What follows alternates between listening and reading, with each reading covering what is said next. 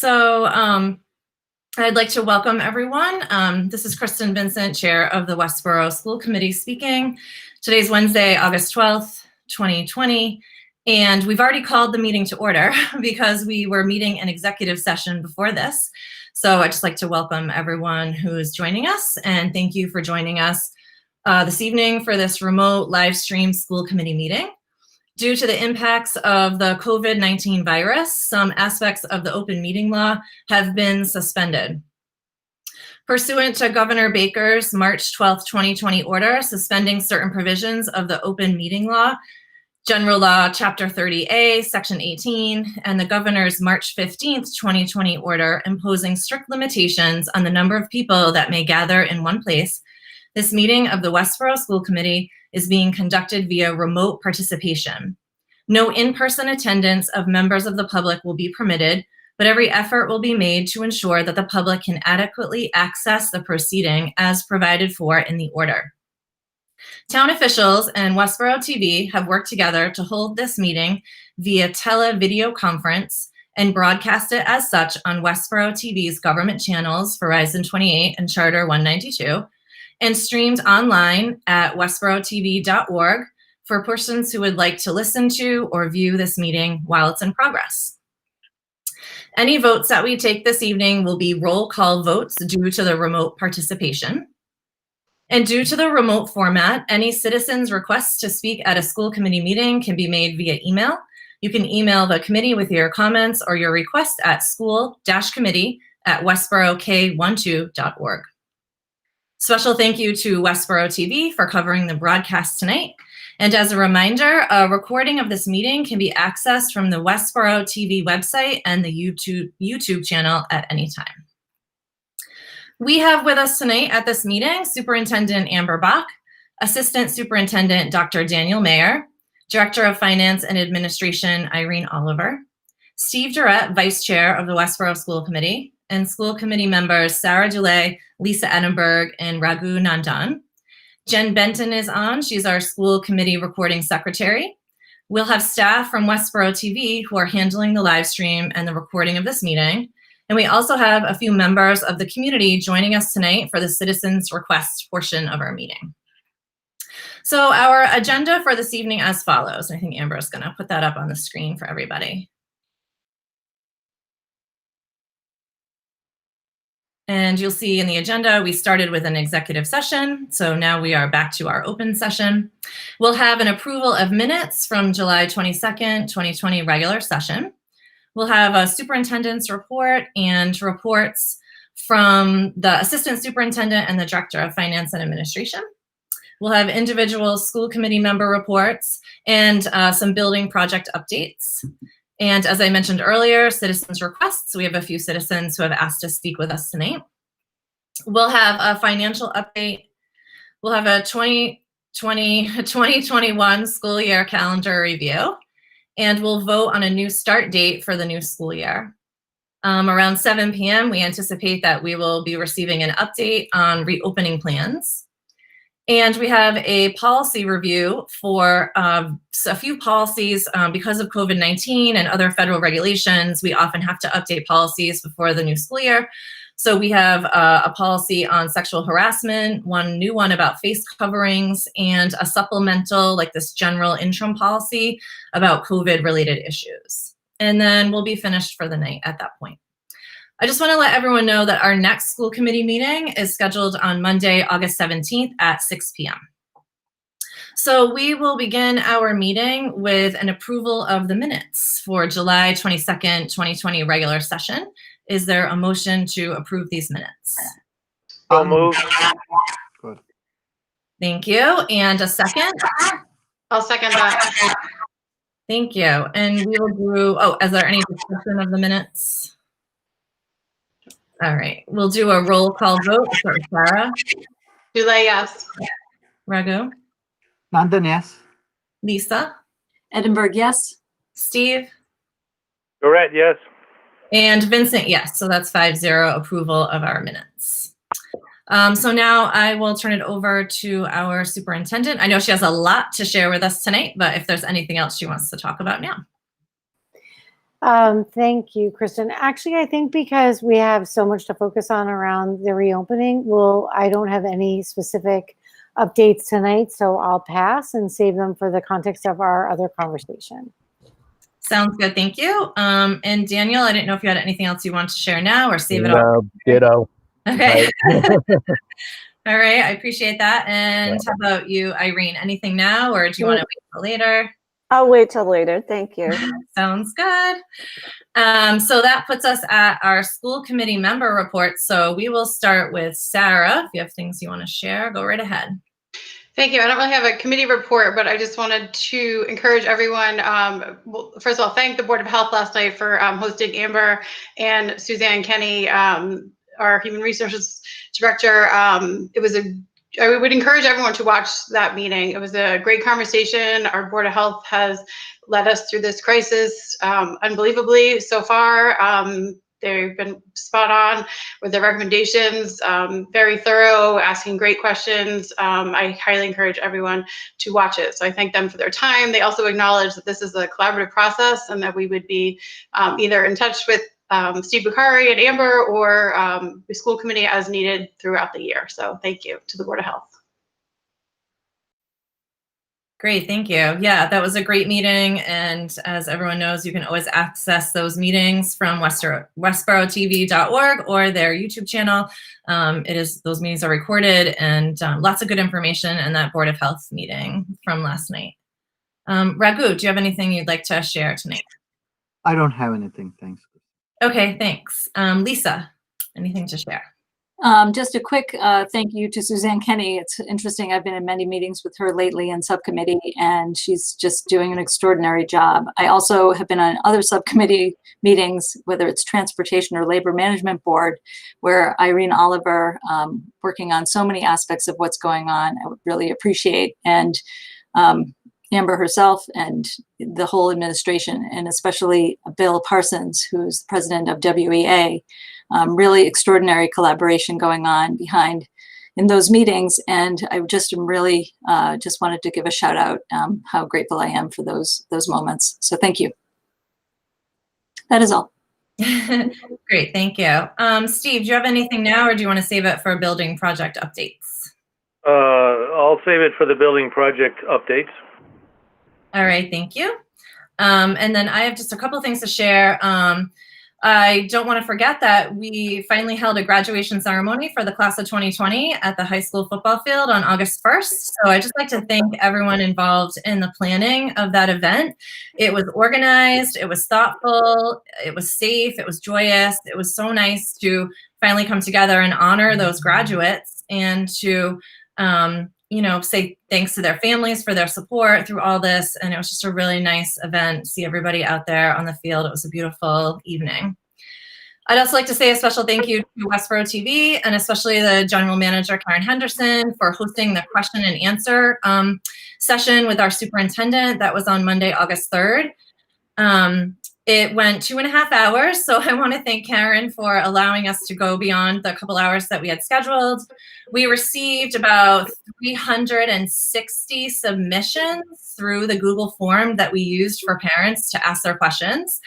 And many of you have already recognized that it is nearly impossible for us to answer every question, and there are still questions that we cannot answer at this time. So we just thank everyone for submitting their questions. If they haven't been answered now, they are going to be answered before school begins. And we are just working as fast as we can to address everyone's questions and needs. But I feel like that was a great event. I just wanted to thank Westborough TV for hosting that.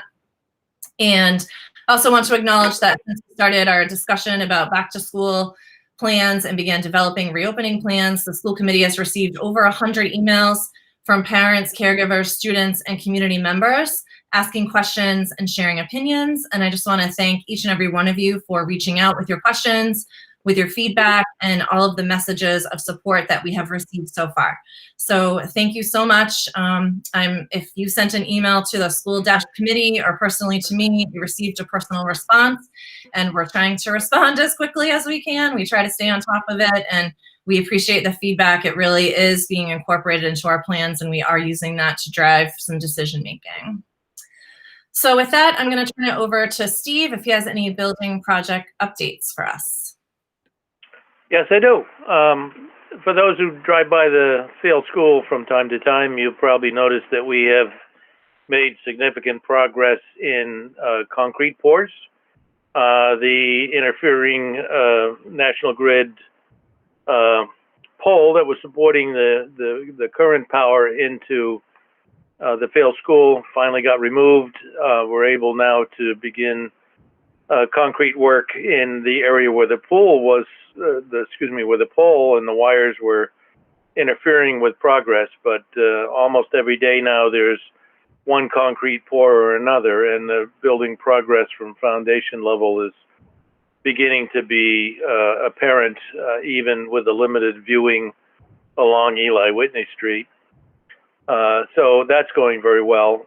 Other issues associated with design review and approval of various contractors is continuing. We, as a building committee, have been struggling with the various bids that we've received, and by virtue of modifying the project in terms of what we're actually going to build and buy, we have brought the project almost back to the original budget that is supported by the MSBA. It's a continuing effort to make sure that we get the quality of what we want for the price that we're able to pay, and it's been a struggle ever since the beginning of the pandemic, based on issues that are somewhat problematic related to contractors in the process at this time. But it is with due diligence of the building committee and all the players, Vertex, who's our project general manager, our architect, HMFH, and our building manager, which is Gilbane Construction. The work has been, although all behind the scenes, has been quite substantial. At any rate, the building continues.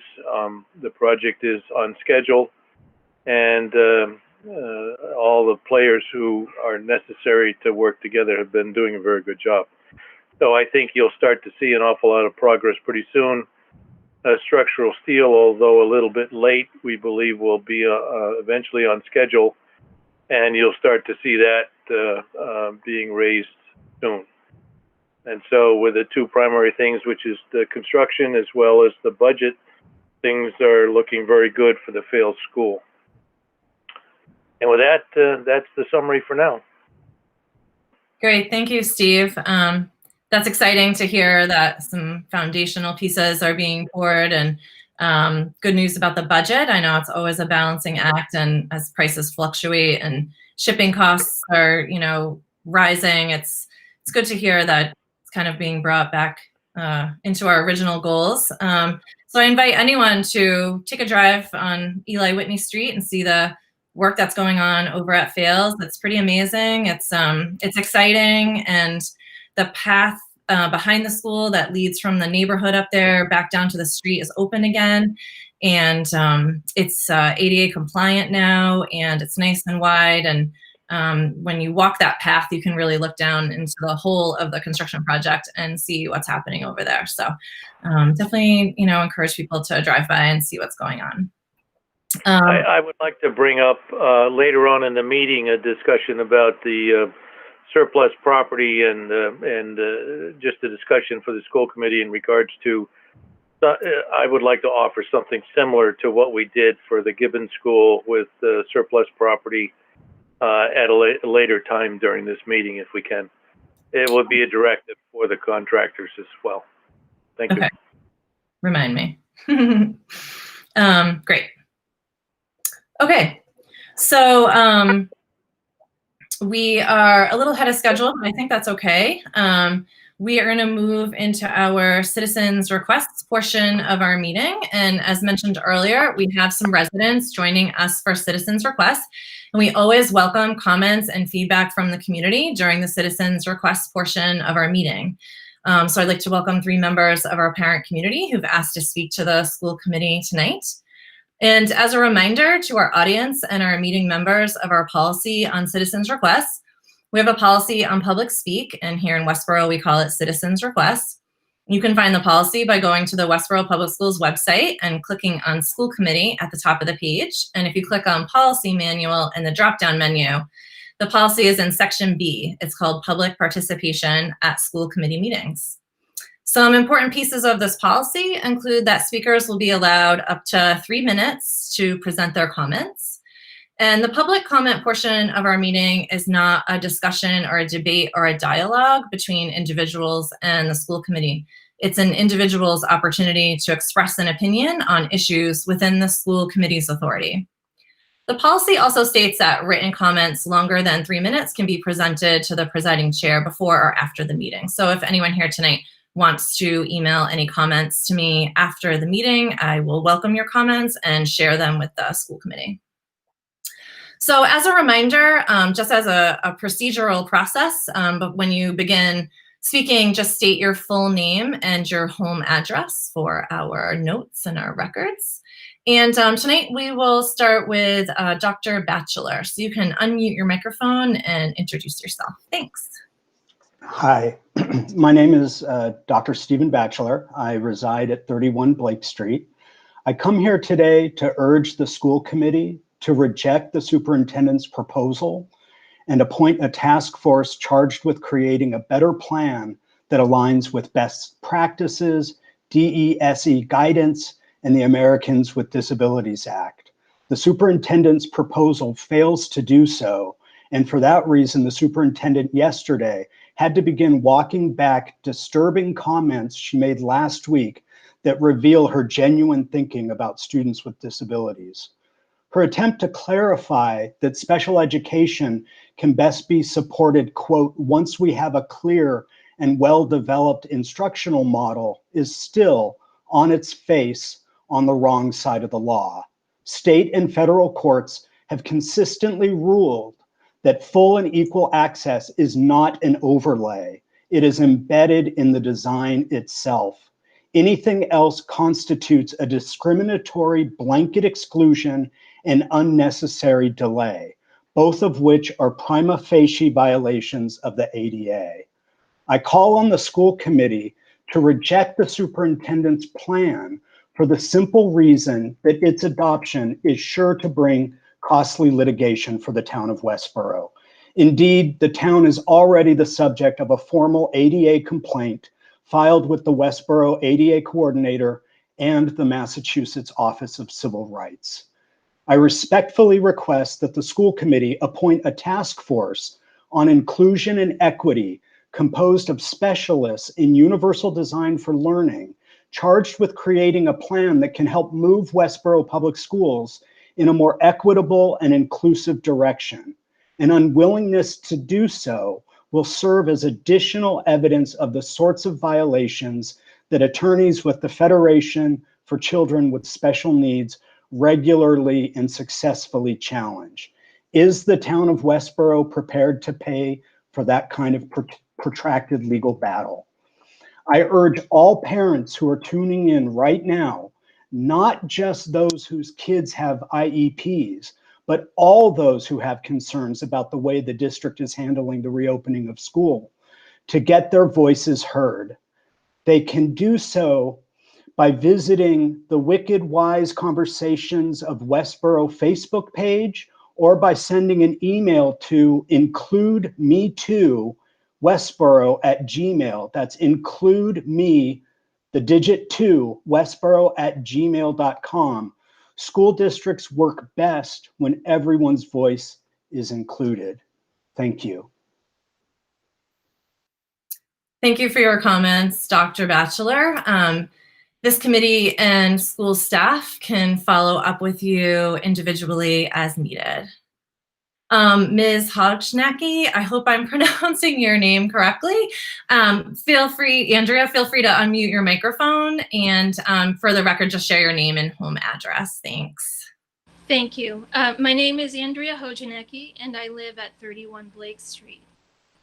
Learning something new today does not make us wrong yesterday. Today, I encourage everyone to build something new upon the well-intentioned but misguided sentiment that all children are typical, and that we must first develop an instructional model serving as a foundation on which to lay necessary additional supports and services. Our children are typical, but for the fact that our communities continue to design a world built upon barriers, prohibiting our kids from accessing it as they are. The wake-up call that resounded across the community of parents of children with disabilities spoke a truth often denied. On August 3rd, though it may not have been the reception anticipated by Superintendent Bach and the school committee, we all heard the same thing. The world continues to design for someone's child other than my own. IEPs and 504s are the antithesis of design. They represent the shortcomings of the model, not the child. Comments intended to exhibit inclusivity invalidated the wholeness of our children and plainly exposed the upside-down foundation of widely used instructional models. That is why I am here today. I ask that we begin the work required to approach education post-COVID-19 by constructing frameworks that meet students' needs where they're at and evoke robust outcomes regardless of environment. I respectfully request that the committee establish a task force on equity and inclusion by design that includes representation from families and students within high-risk groups and charged with providing creative, meaningful, and logistically feasible models for delivering instruction following a universal design framework. I request that the task force's input be included in the district's weekly professional development and planning activities, serving as a courier of information and ally to each school within district. I respectfully request that the proposals, feedback, and other reporting of the task force on equity and inclusion by design be published online for public consumption. Because my time is limited, I submit to your attention additional written comments and materials at the conclusion of this meeting. Thank you. Thank you. And yes, any written materials that you submit to me, I will certainly share with the rest of the committee and welcome additional comments since your time is limited here. And again, we will follow up with you individually concerning the comments that you made and things that you recommended.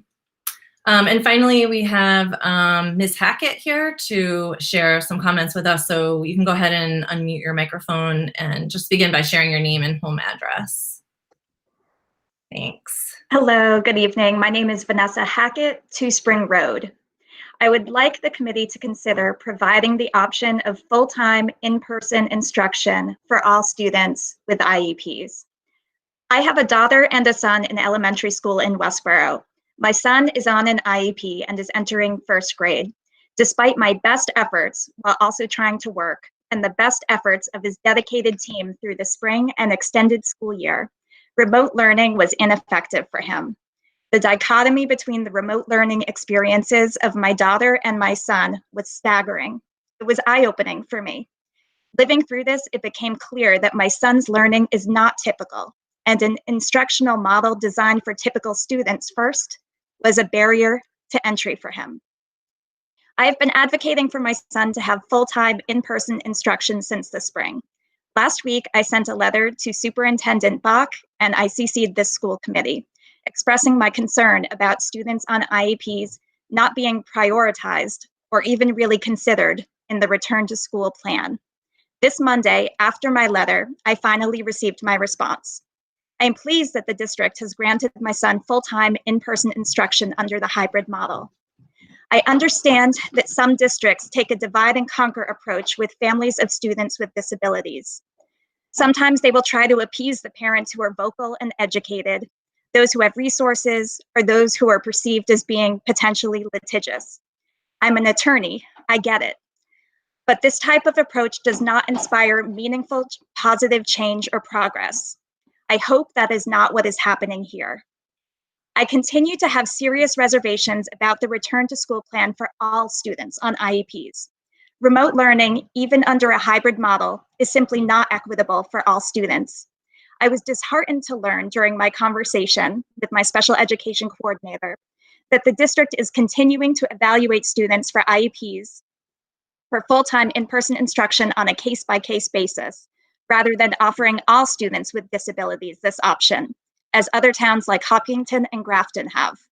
I believe that this process is contrary to DESE guidance and is designed to exclude, likely as a cost savings measure. But if so, I think this approach is short-sighted. Shortchanging these students now will inevitably result in future expense. As I highlighted in my letter, I believe that the district is misinterpreting DESE guidance on who to prioritize for full-time in-person instruction. I remain concerned that the district's return to school plan and related communications do not comply with the letter or spirit of the DESE's guidance on special education services. The guidance states, students with disabilities should be prioritized for receiving in-person instruction during the 2020 to 2021 school year. While DESE calls out preschool age students and those with significant and complex needs in particular, it by no means limits its strong recommendation for in-person instruction to just these groups. It emphasizes the in-person instruction for all students with disabilities must be prioritized. Indeed, one category of student with significant and complex needs under the guidance is students who cannot engage in remote learning due to their disability-related needs. This would cover many, if not most, students on IEP. Why not provide these families with the option of full-time in-person and allow them to make the decision that is right for their child? Even though my son now qualifies for full-time in-person, I'm still confused as to the criteria he met for it. This lack of transparency is inconsistent with the DESE guidance, which stresses the importance of parental input, given that parents are best positioned in this crisis to provide feedback on their children's experiences, including their children's ability to access remote learning. Why are we wasting valuable time and resources with this evaluation process? Westborough would be better served using this time to design effective and inclusive programming for all students. I'm also concerned about what remote learning will look like for all students on IEPs, given the likelihood that we may return to remote learning for some portion of the academic year. I'm not aware of what the plan will be to support and deliver services effectively to these students if the schools close down. I'm just told that all options are still being explored.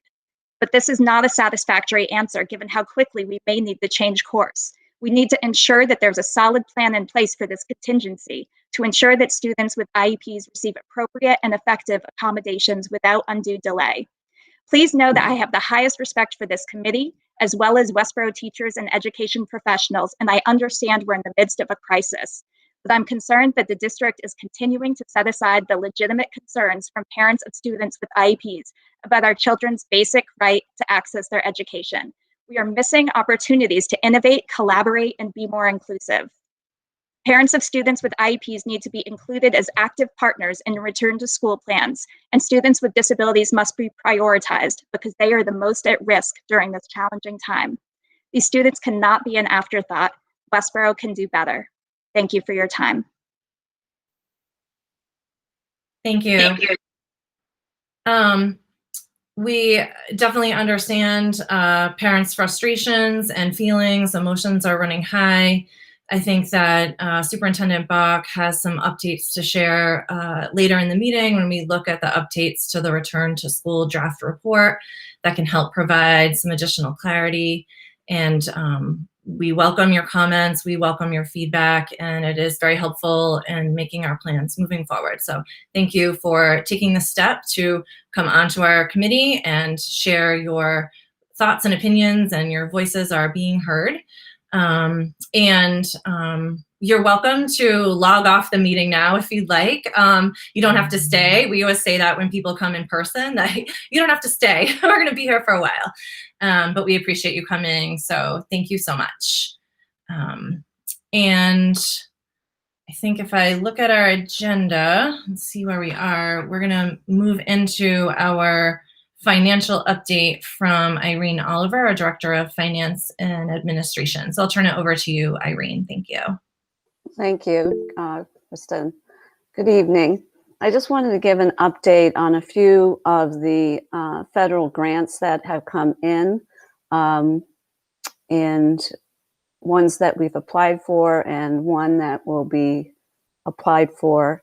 There's the school reopening COVID related budget grant, that's $849,150. And that's due, the application's due August 31st. That's a grant that will be coming directly over to the school. We're working on the budget right now to make an application. There's then the ESSER grant, that's $80,519. That's going to be used for summer PD training and case screening. We've already applied for that. And then there's the RLTE, the Remote Learning Technology Essentials Grant. We've already applied for that. That was $20,715. We identified that it's for Wi-Fi needed for students' home learning. Those were students that we identified this spring, so we can get reimbursed for that through this grant. And then we're working with the town. The town has the FEMA CARES Act. That those aren't grants, but that's money that the town can report to and request money for. So what we do as a school system, collect the data of our expenses and then submit them to the town, and then the town will put them in certain categories and collectively with all the other town departments submit them to the state through this federal funding. And so that's ongoing. And one thing I forgot to note on the going back to the school reopening grant, those are funds that can only be spent going through to December 31st. So I know that there's been some chatter from the business managers and I think some superintendents that we're trying to get the state to extend that for us so that we have time to spend more of that money. But we're in the process of going forward with the idea that it must be spent by December 31st. And that's my report. Thank you, Irene. I didn't know if the committee had any questions for anything that Irene had shared. I had a quick question. The school reopening grant, is that the same dollars that are, is that federal? I thought you had said it was federal when you started, but now I'm wondering if that's part of the up to $225 per student. Yes, number. it is. I misspoke. It's $225 per student, yes. And we have applied for that amount is what you were saying. On We're in the process of building a budget to apply. It's due August 31st. We're close to submitting it. Okay, thank you for the clarification. I mean, they designate the amount you qualify for and then you work toward it. So now that we know the target amount and we have the information on kind of exactly what types of things we can apply for, Irene's working with different teams to kind of pull their resources to see what we can plug in.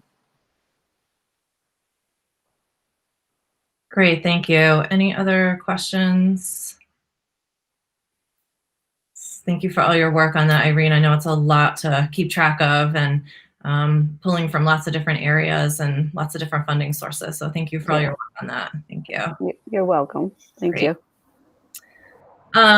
Looking at our agenda, we're going to have a school year calendar review. And so I'm going to turn it over to Daniel to kind of introduce this piece for us. He's in his mobile office. Yes, I am in my mobile office.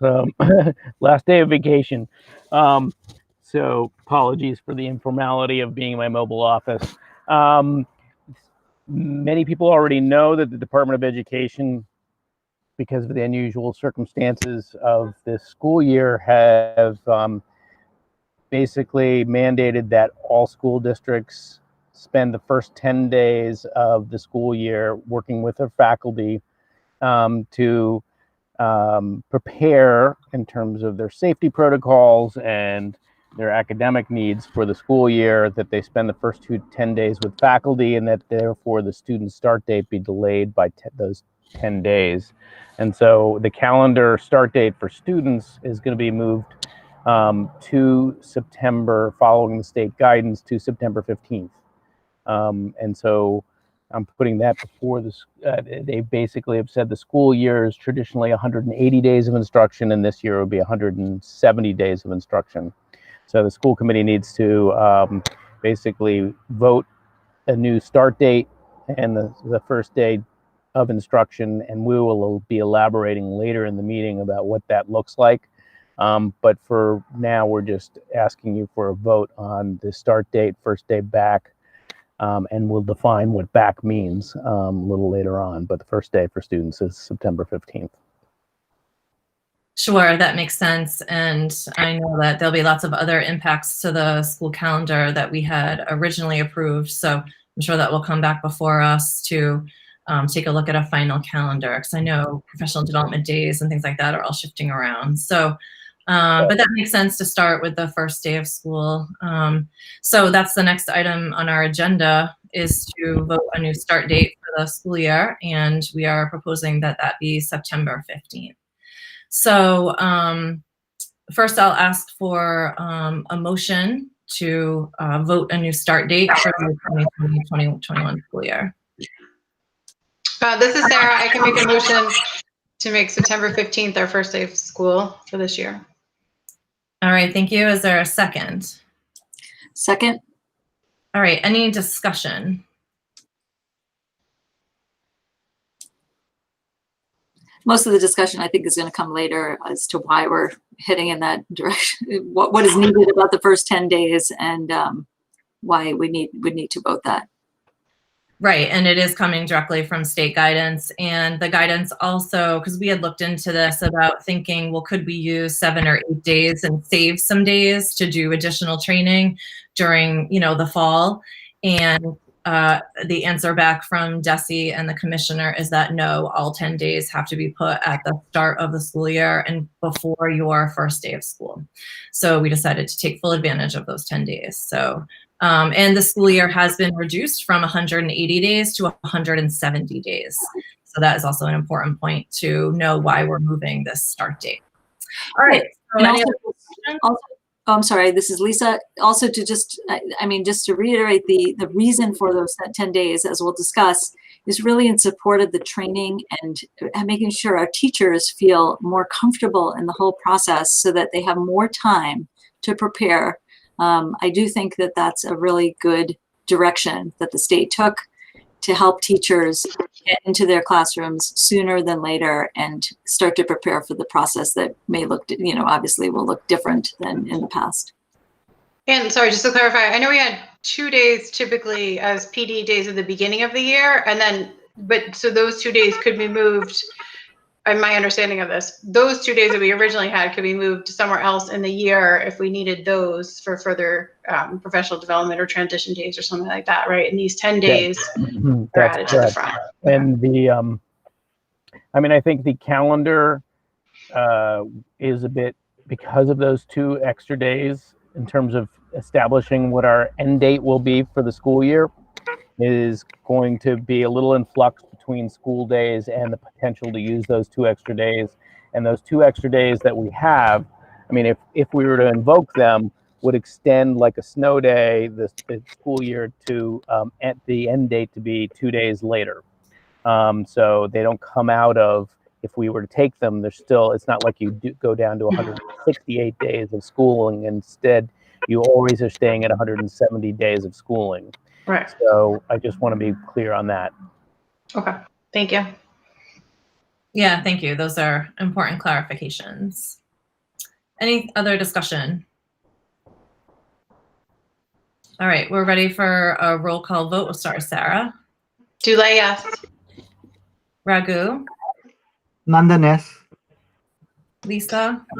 Edinburgh, yes. Steve. Durrett, yes. And Vincent, yes, 5-0. So our official first day back for students will be September 15th. So got one piece of the puzzle put together. So we're getting to it a little bit early, but I think that's okay because we're going to spend a significant part of our meeting on the update/vote on reopening plans. And before we begin unpacking some of the updates that have happened in the past 3 weeks, I would just like to share that there has been an incredible amount of work taking place in the school district in the past 3 weeks to refine and update the draft plan. Just to be clear, it was a draft plan that we shared with the community on July 22nd. And since then, the school committee and administration have been working closely with our teachers and listening to their concerns. And the updates to the return to school planning our superintendent will share tonight include feedback from that listening and the results of a collaborative process to start the school year. And I'd like to remind everyone about our guiding principles for creating this return to school plan. And it is outlined on page 3 in the introduction of the return to school draft report.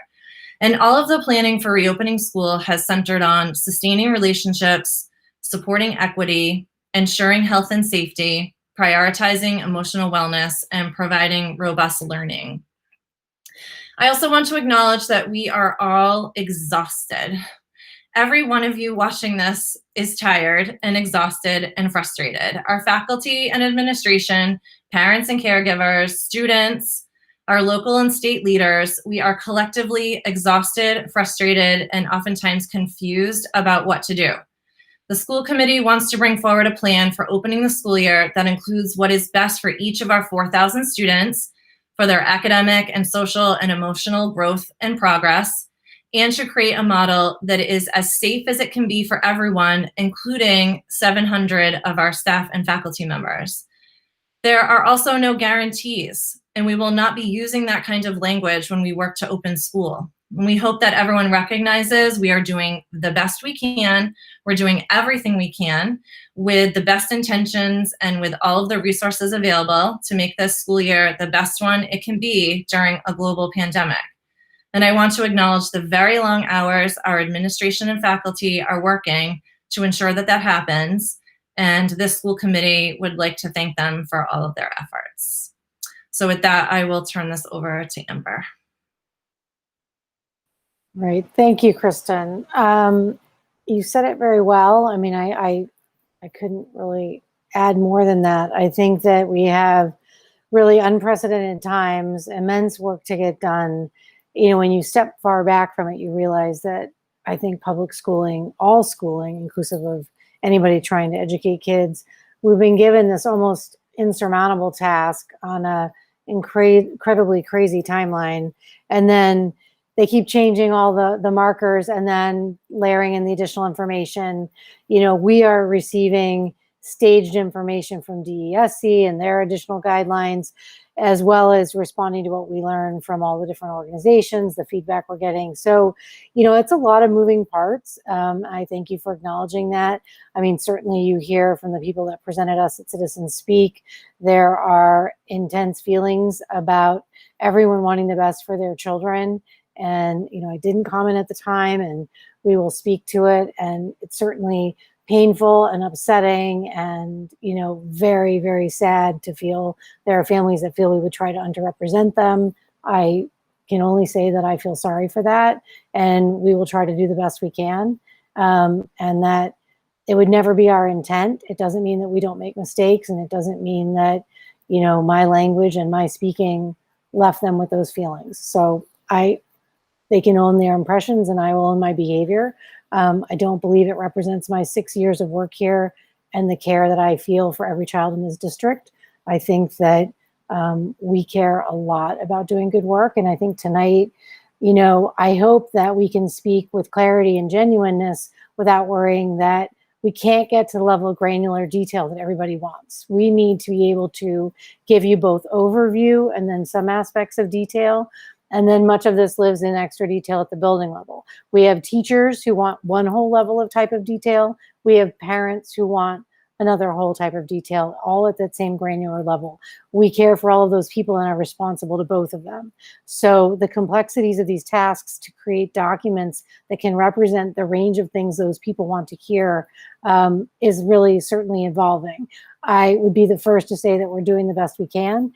And I appreciate you saying that. And we will continue to do that. So why don't we dive in? I think our goal tonight, and I think, can you see my presentation screen? Are you set?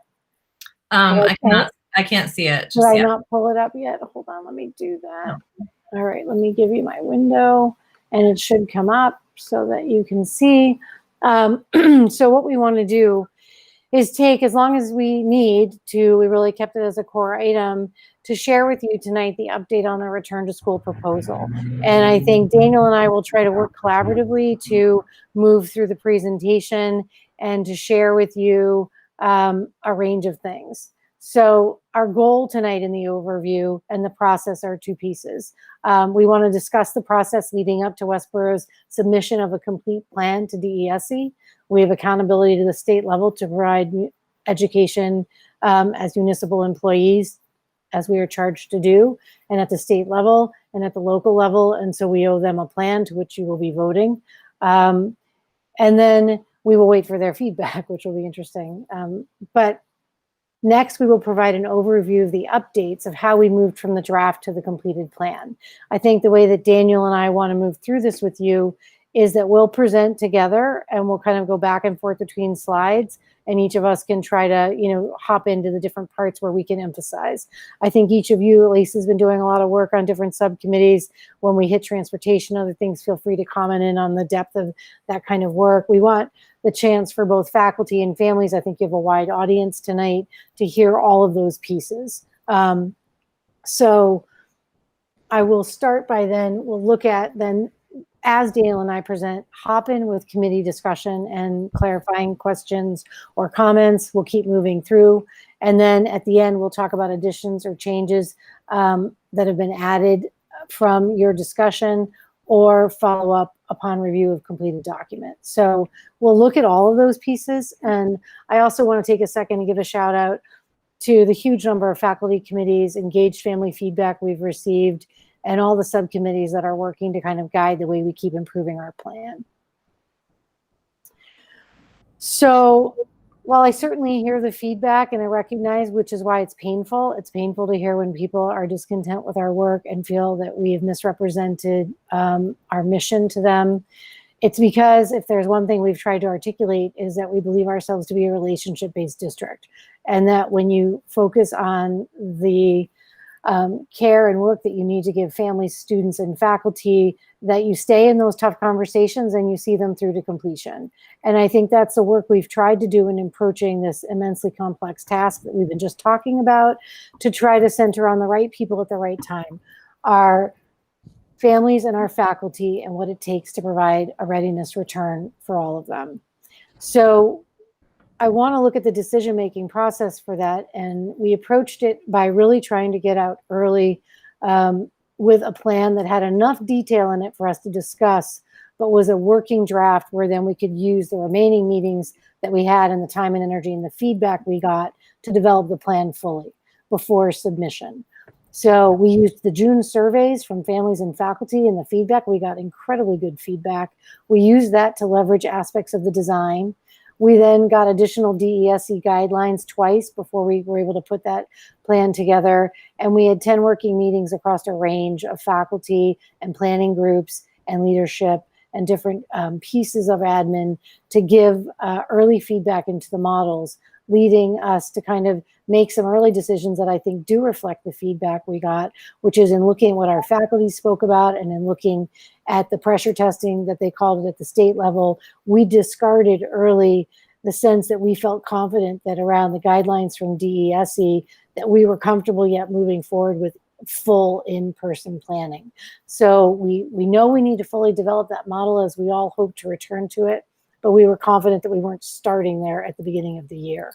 And with that, and that came from our feedback from our faculty and from families as well, thinking that they needed to see clarity for how we would do that.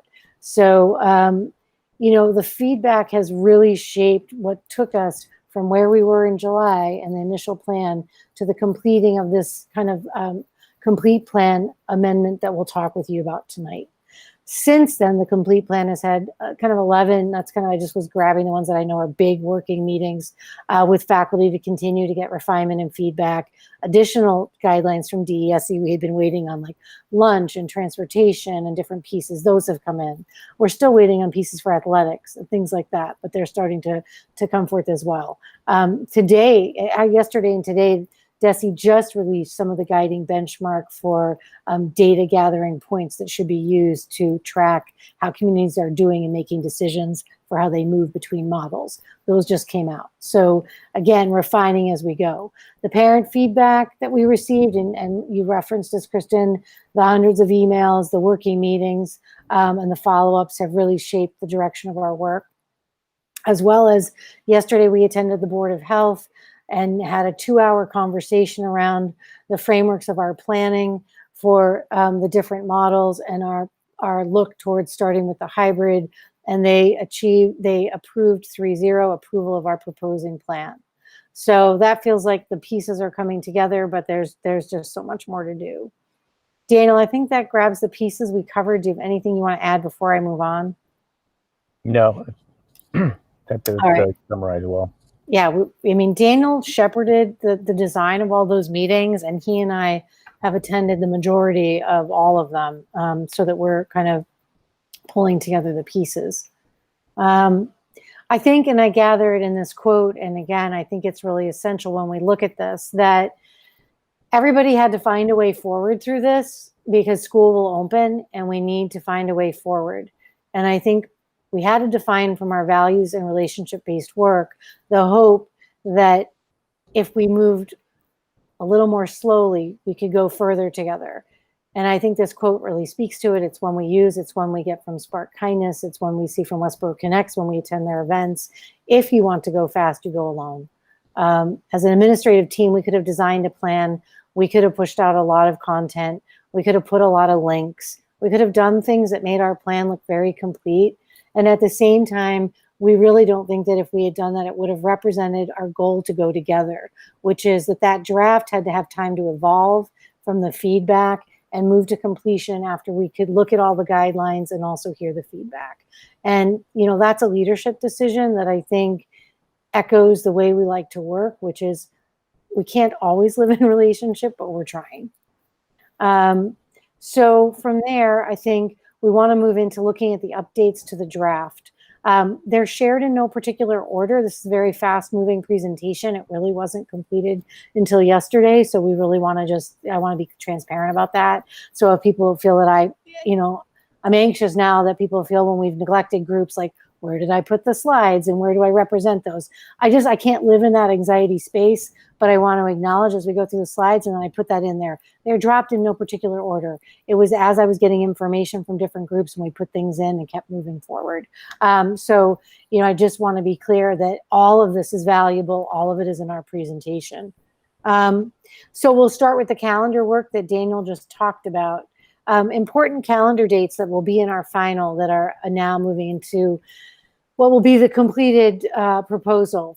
September 15th will be the first day for all students. DESE's guidance has set that across the state, as Kristen said very clearly, with the 10 prep and echoed by Lisa, the 10 preparation days for faculty, which will run through August 31st through September 14th, will be staff training, planning, and orientation. Knowing that you have staff that have not been in buildings in any formal groupings for over 6 months, have lived many at very sheltered levels, and across a range of concerns. And I think when we look at the preparation, we then have the magnitude of this implementation. They need time to figure out, we've mentioned the UDL-based training, which was commented on tonight, and several other pieces. There are frameworks where a lot of the training piece going on right now is to design what we want to leverage those 10 days for, so that we are looking at ways to maximize every single instructional model for every child to make sure that we can move nimbly between them without direct disruption to the instruction. So that's a pretty gigantic task. They'll take a stab at least getting frameworks in place in those 10 days, while they also get comfortable being back together. And you'll see that when we go through the other details.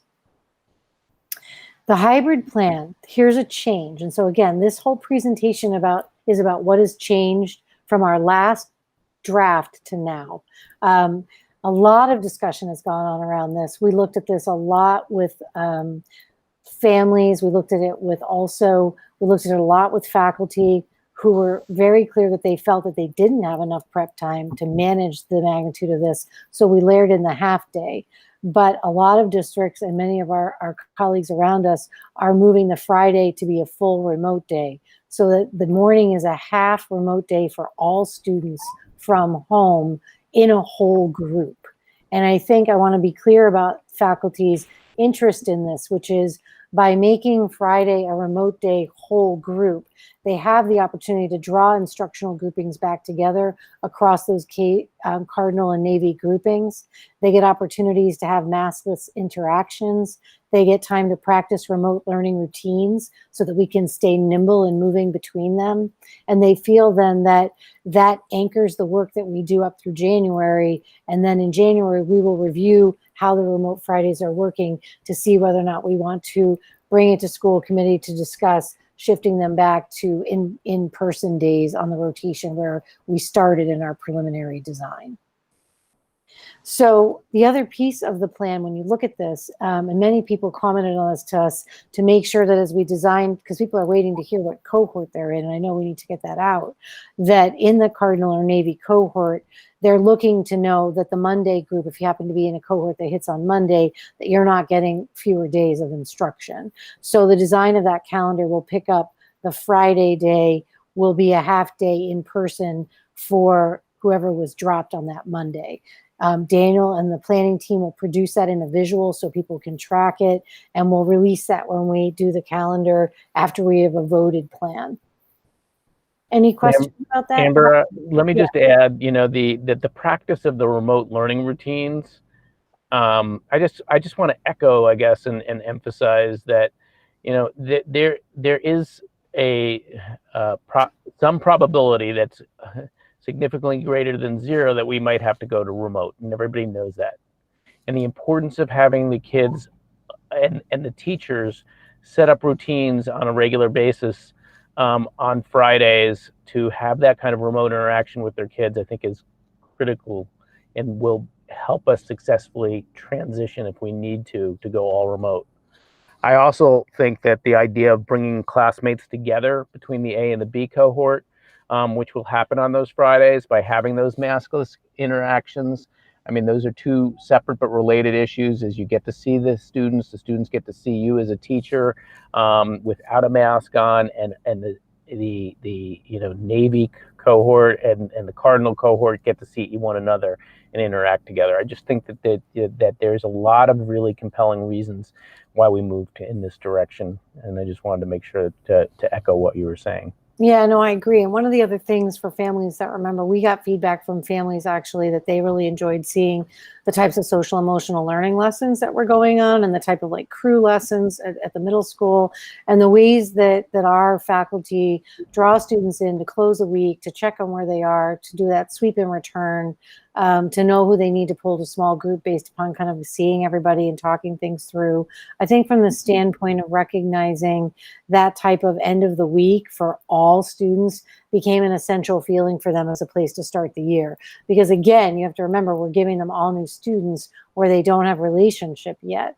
So the opportunities to ground their initial start of the year in kind of creating bonded groupings is stuff that they're talking actively about in the planning meetings that we've been in behind the scenes. So, you know, we're on 4-hour cycle planning meetings around this stuff to kind of flesh out the design for the instructional modeling. So I'm going to keep us moving. Do you guys have any questions about that or anything you want to echo before we move forward? You good? I do want to ask one question. Sure. It's regarding how, you know, with parents seeing this for the first time, and I certainly can respect how the decision got made, and with the collaboration of teachers' needs and families' needs, and the combination of getting cohorts back together, you know, has a lot of promise to it. But I will say, from a perspective of students with needs where in-person education is required and necessary, I just want to make sure we address those pieces as we move forward, because at this point, starting July 22nd up to now, the expectation was that we would have a face-to-face half-day Friday. And so I wondered if you had any thoughts about that, especially for our students with whether it's English language learner, special needs, who have those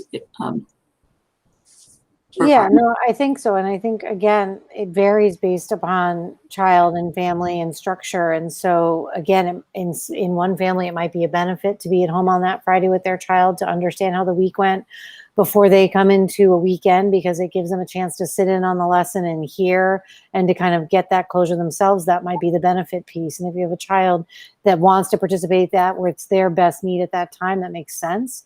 It might be that another child would be better to not attend that session, but to come in person and be in a small group in building, doing something they need to do to close out the week. So again, I think you'll see a full bell curve of implementation opportunities that teachers are beginning to map out.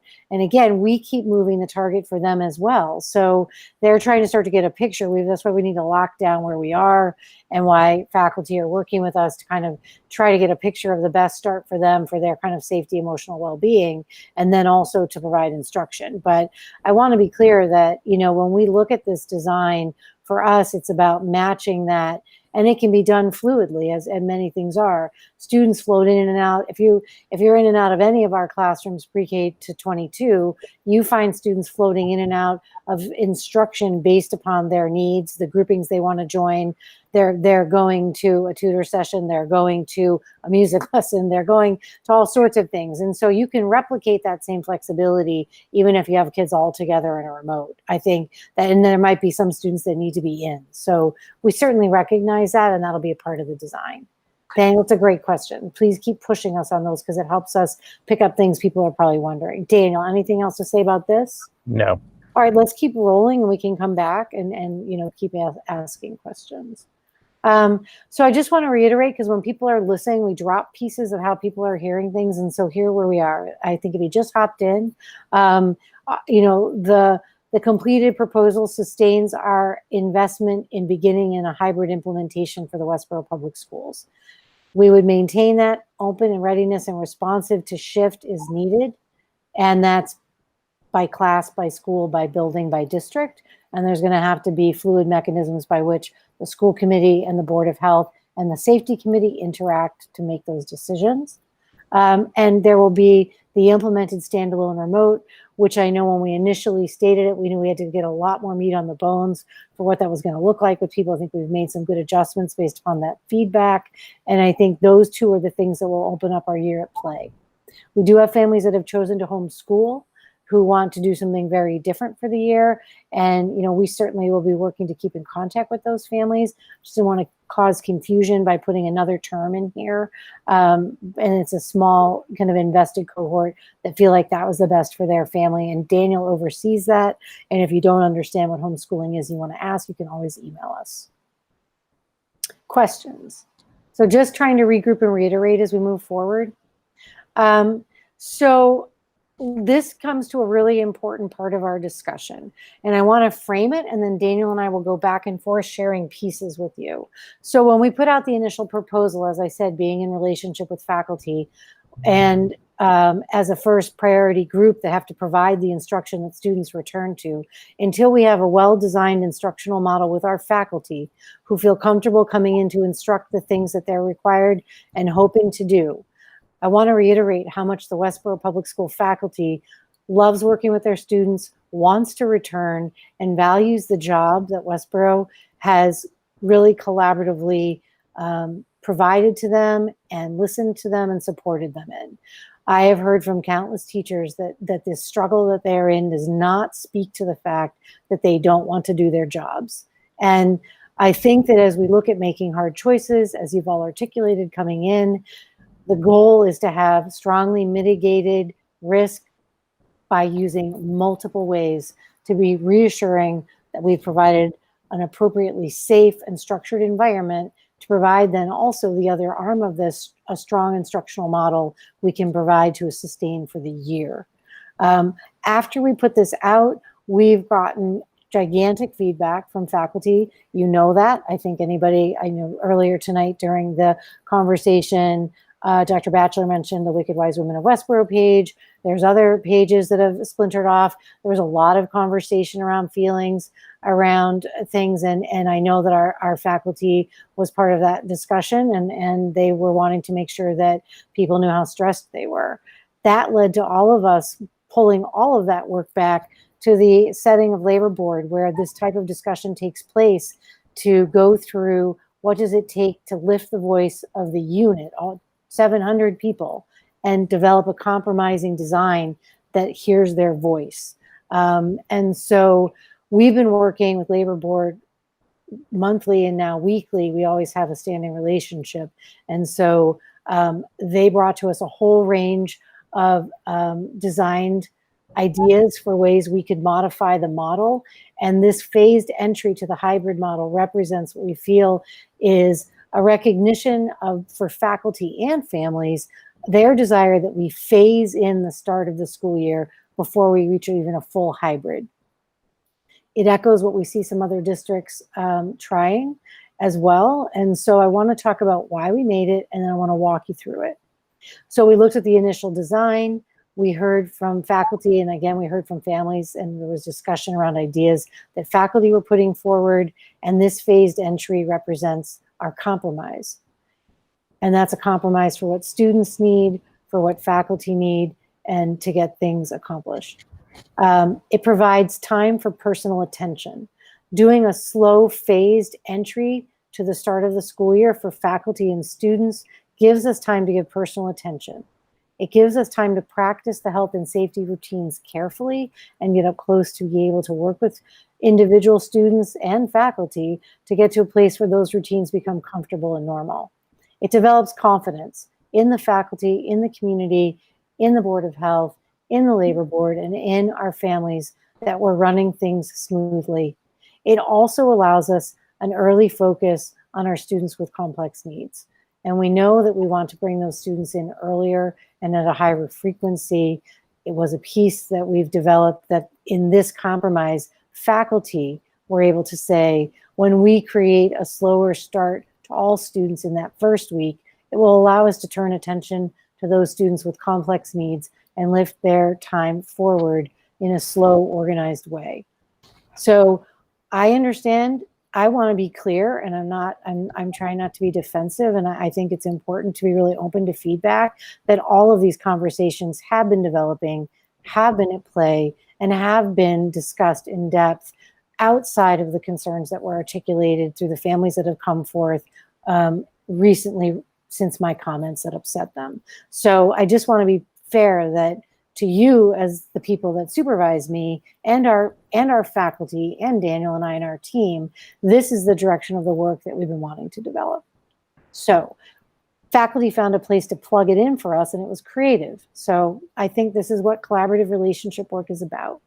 So I'd like to step into that model, and then Daniel, since you guys have heard me talk too much, is going to pick it up here, and he's going to step you through a visual that kind of gives you, because people learn differently, we'll do a visual model and then some comment models. And Daniel, push me back and forth between those two slides. Do you want to do the graph Sure. first? Well, before, yeah, I want to do. I'm going to have it too, yeah. Let's do the graphic first, but wait for 1 second, if you would. I mean, I just want to again echo, you know, the quote you put in the beginning about like going fast by yourself or going, you know, far if you collaborate is, you know, it's critically important for us to understand the nature of what we're doing here is we're asking faculty to come into school buildings, to be in crowded places. And it took, you know, we had to listen to them and also put ourselves in their shoes. And the leadership team went through the same experience. We've all been sheltering like in place in our houses in very small, isolated environments. And when the leadership team of the principals and the directors got together, it felt profoundly different and uncomfortable to be in a room with just 25 people. And we needed to navigate the space, the PPE, how we were going to do food breaks, how we were going to do mask breaks, and the degree of, you know, nervousness that we were all feeling. We have faculty members, just like we all have friends who are on a bell curve in terms of where they are, in terms of the anxiety that this pandemic is causing. And it's critically important for us to have our teachers feeling comfortable, prepared, and like eager And so addressing their needs during those first 2 weeks in an environment that really answers questions, practices what it is we're doing. I just can't emphasize enough, like, we want people together to feel warm and welcoming of your children and not be concerned about their health and safety. So that's a big part of our motivation here, is to make sure that we're all on like the same, sort of plane when it comes to feeling comfortable about what it is we're doing. Yeah, So, well said. Yeah. So You do lose time in the beginning when you're practicing your PPE gear. Like, it took us a day to get comfortable and to find our new norms, and it did normalize. I think that's the other good news. Like, by day 2, we were comfortable. It just took time. It just takes time, and different people are in different places. Definitely. Even within my family, I know we have very extreme. I have 3 kids, and we have a lot of arguments about what the right protocols are. Us too. And okay, so why don't we put the visual up here and All right. walk through that piece? So is that big enough for you guys? Do you need me to make it bigger? Looks good to me. All right. I want people to be able to see the whole thing, so I'm trying to navigate that. Well, so we've got this. It's color coded, as you can see. The first day back for our faculty. So if we go to the top. Yeah, I was just showing them what they mean. Okay. Yeah. Yeah. So if we go to the top and there's the light blue, we have the sort of a gradual reentry for faculty from the 31st to the 4th, and then everybody's in terms of the faculty comes in after Labor Day. We'll have the buildings full with, some of these buildings have 100+ people or adults in them. And during that time, we're going to be first working on health and safety protocols. Then we're also going to be transitioning into curriculum issues and how best to manage this hybrid model, service all of our kids from our, from our high risk, most at need kids to other students, and how to run the standalone program that we're putting in place. Yeah. And then at the 10th day for faculty is the 14th, and then on the 15th is when our instruction is going to start. And what is different under this model from what we talked about last time when we presented the draft is we are not going to go full hybrid. At first, we're going to do remote learning for the first 4 days. 4 days, 4, yeah, the 15th, yeah. To the 17th. And the purpose of that is to build community, build a sense of expectations, have all the students meet their teachers without masks on. It creates a sense of bonding and ease to be able to see people's faces and to have some kind, and talk about what it is that they should expect to see and experience, and what the school day will look like for them. So we feel that will build a level of comfort, a level of bonding between the cohorts, the Cardinal and the Navy. And so then starting on the week of the 21st and going for till the 2nd, so for 2 weeks, we are going to bring in students in smaller groups than the hybrid. We're going to do if you will, it's sort of a quarter rather than a half full. A half of a half, yeah. Yep. So we're going to take a half of the Navy group and bring them in on one day, and a half of the Cardinal group and bring them on one day, and a half of the other half of the Navy group and the other half of the Cardinal group. And this will guarantee that we can have intimate conversations with the students about how they're feeling, how they're doing, and also making sure they understand the importance of our health and safety protocols, that they understand where they're going to be sitting, where they're going to be standing, when they're going to be washing their hands, when they're going to be sharing materials, how they share materials, and make sure that they're sanitized before they're shared with others. And we feel as if that approach will be critically important for our faculty and for our students, and will give us a chance to monitor whether or not we have any health issues that we need to be concerned about in addition to practicing.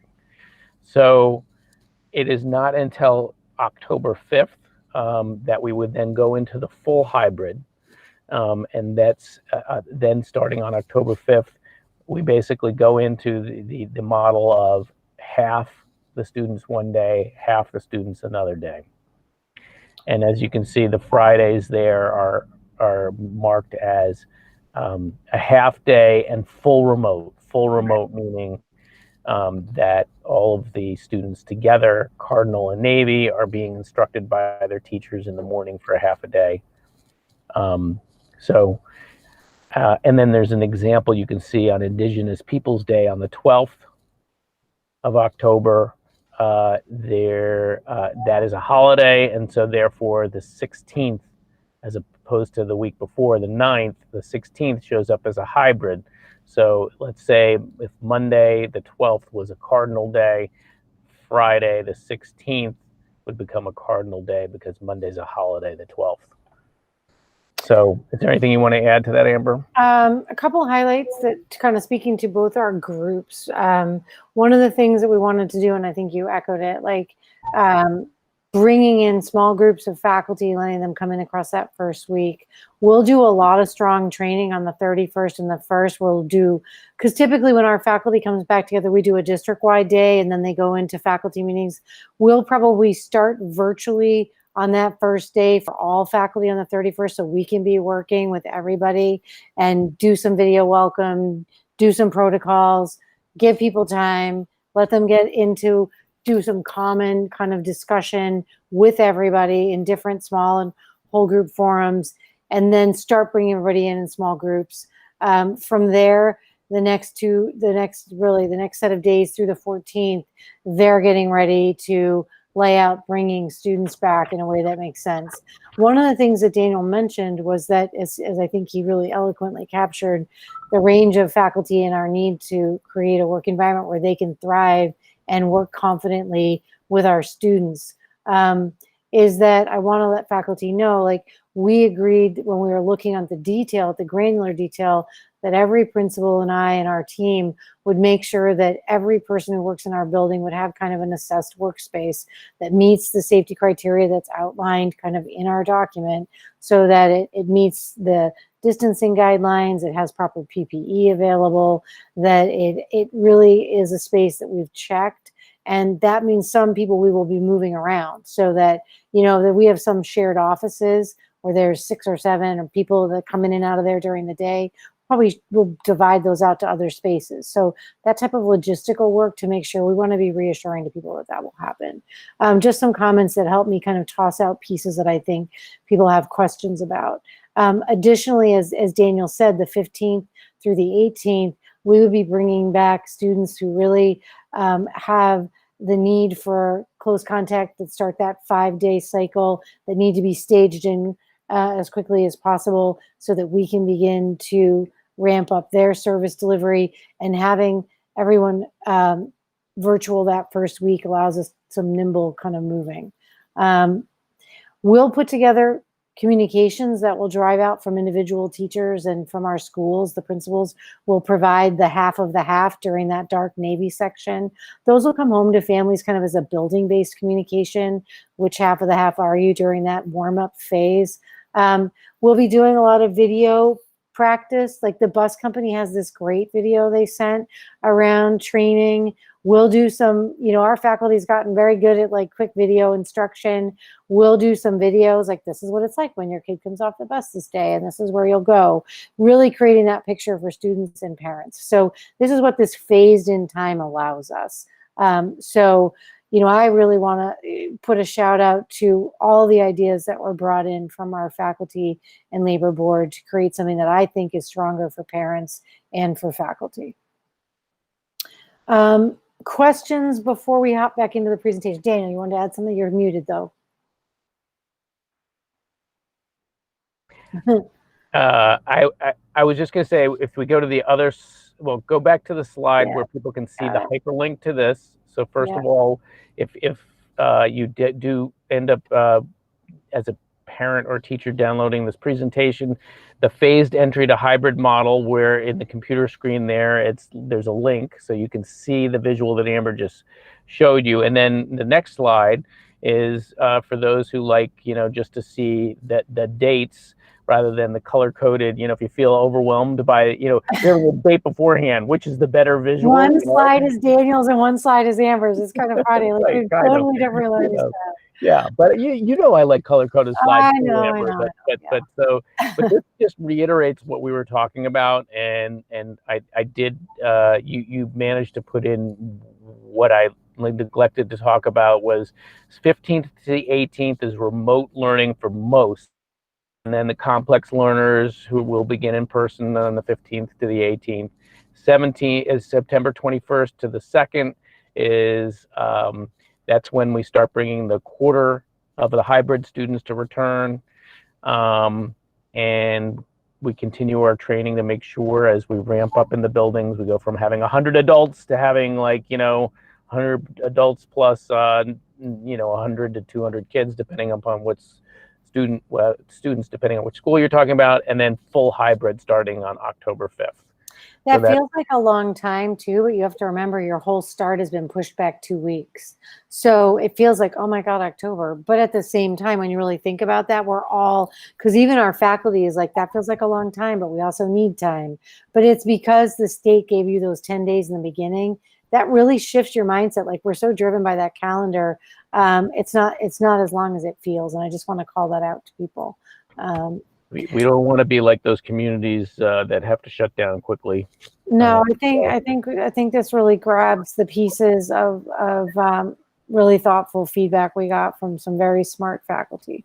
All right. I just want to comment. Sorry, I just want to comment on the adding the remote from September 15th to 18th, because when I first saw that too, that was an adjustment from the last plan, and struck me as a significant change. So it takes a little bit to get used to for parents and families, I think. But I do think in the state's guidance that you were supposed to develop these 3 models and be able to move pretty interchangeably through them. I think it will give, like you were saying, the practice and the routines that everyone would need. So I think that's a good change. Thank you. And it's been a long time since different groupings of kids have had practice coming into groups with different kids. One of the other things I would note for everyone, because I think when you listen to this, it can also feel daunting, like gear and routines, and it just feels it can like build your anxiety while you're listening. Again, I think it's also interesting that we have been running, the community ed ran a very successful summer camp with students distanced, and they modified their play and their groups. I believe families indicated that they were happy with that, and kids were happy to come together, even though it was different. People are afraid that there's all these losses, and I will be the first to say to faculty and to families, there are huge losses from how we love to work with kids and how faculty like to work together. I mean, these people are colleagues that really enjoy time together, and digging into work and getting something, like all of it has to kind of shift. But the essence of the good piece is there, even though it's different. And we found that when we did our distance leadership, and knowing that we did, we did kindergarten screening, we were able to do the senior gathering for graduation, which was different but still wonderful. So I do think that while it's daunting, it normalizes. I was in an event where I was in a mask for like 7 hours, and you know what? I forgot I had it on. Like, you do get to some sense of normalcy with that, but you have to have practice. So I think those are things for people to hold on to as you're trying to picture the experience of what this will look like. Can I just comment before we move on? Sure, definitely. Only because Daniel's slide, I think that if you're seeing this for the first time, it is really confusing. And why? Because you're seeing it for the first time. The phased-in approach does mean that students of cohorts will only be going in 1 day per week in the first 2 weeks after the remote week, and then starting the full hybrid on October 5th. And the reason for that is to create a quarter of the kids going into the schools instead of half, as that would be most beneficial for the training method and getting teachers and students acclimated into that environment. and that Monday holidays will force a Friday to become full days, in the sense that it used to be a half day, and we're also changing that Fridays become a full, a half day remote. So these are the very big changes to get used to and understand what we're actually talking about. At the same time, I also wanted to bring up that the state DESE guidelines that recently just came out make some people wonder whether we would change this model based on their parameters and their metrics, which sort of show Westborough going full person in. We are not showing that kind of model. We don't recommend that kind of model.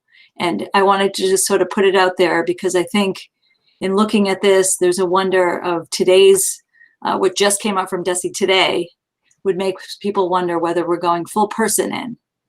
We are not proposing that. So I just want to do some clarifications and just reiterate what we're saying, because I think it's a lot to take in. One thing I might add to that is, I mean, I do think that Tom Scott, the head of the Superintendents Association, which basically gives guidance to superintendents throughout the state, very articulately said in the Globe today that this guidance from the state is coming at the 11th, I would say the 11th and a half hour. It's well after we've all done our planning, and it feels a little bit, it feels a little suspect to us to seize upon it and change our plans based on it. So if you want to read the Globe article today, you can see, like, we were all asking for this kind of guidance much earlier. And the fact that it's coming out now, like, while I respect how difficult it is to be, doing the planning that they're doing at the state level, because it's got to be magnified thousands of times from what we're doing at the local level. We can't pivot and change gears right now based on that. We just can't. And we don't want to. I want to speak again to the purpose of compromise. We go together or we go alone. And to bring a faculty back that is an energized, caring, and committed group of people who work hard for kids and plan well and are willing to face, this is a team of faculty willing to face the daunting tasks of the kind of planning it takes and the kind of work it does to do this well. And there are a few industries right now where we're saying, let's totally rip up how you do stuff and convert the design of how you have to deliver everything you're doing, and then change it again, and then lay on all these pieces. This is not a faculty complaining about that. They want to make sure that we're providing safe entry and a thoughtful plan. And this plan represents their voice to that compromise, which is there are plenty of people who want us back full time, and there are people that, want all sorts of things from us. But what we want is a faculty working at its strength. This is me. I represent me here.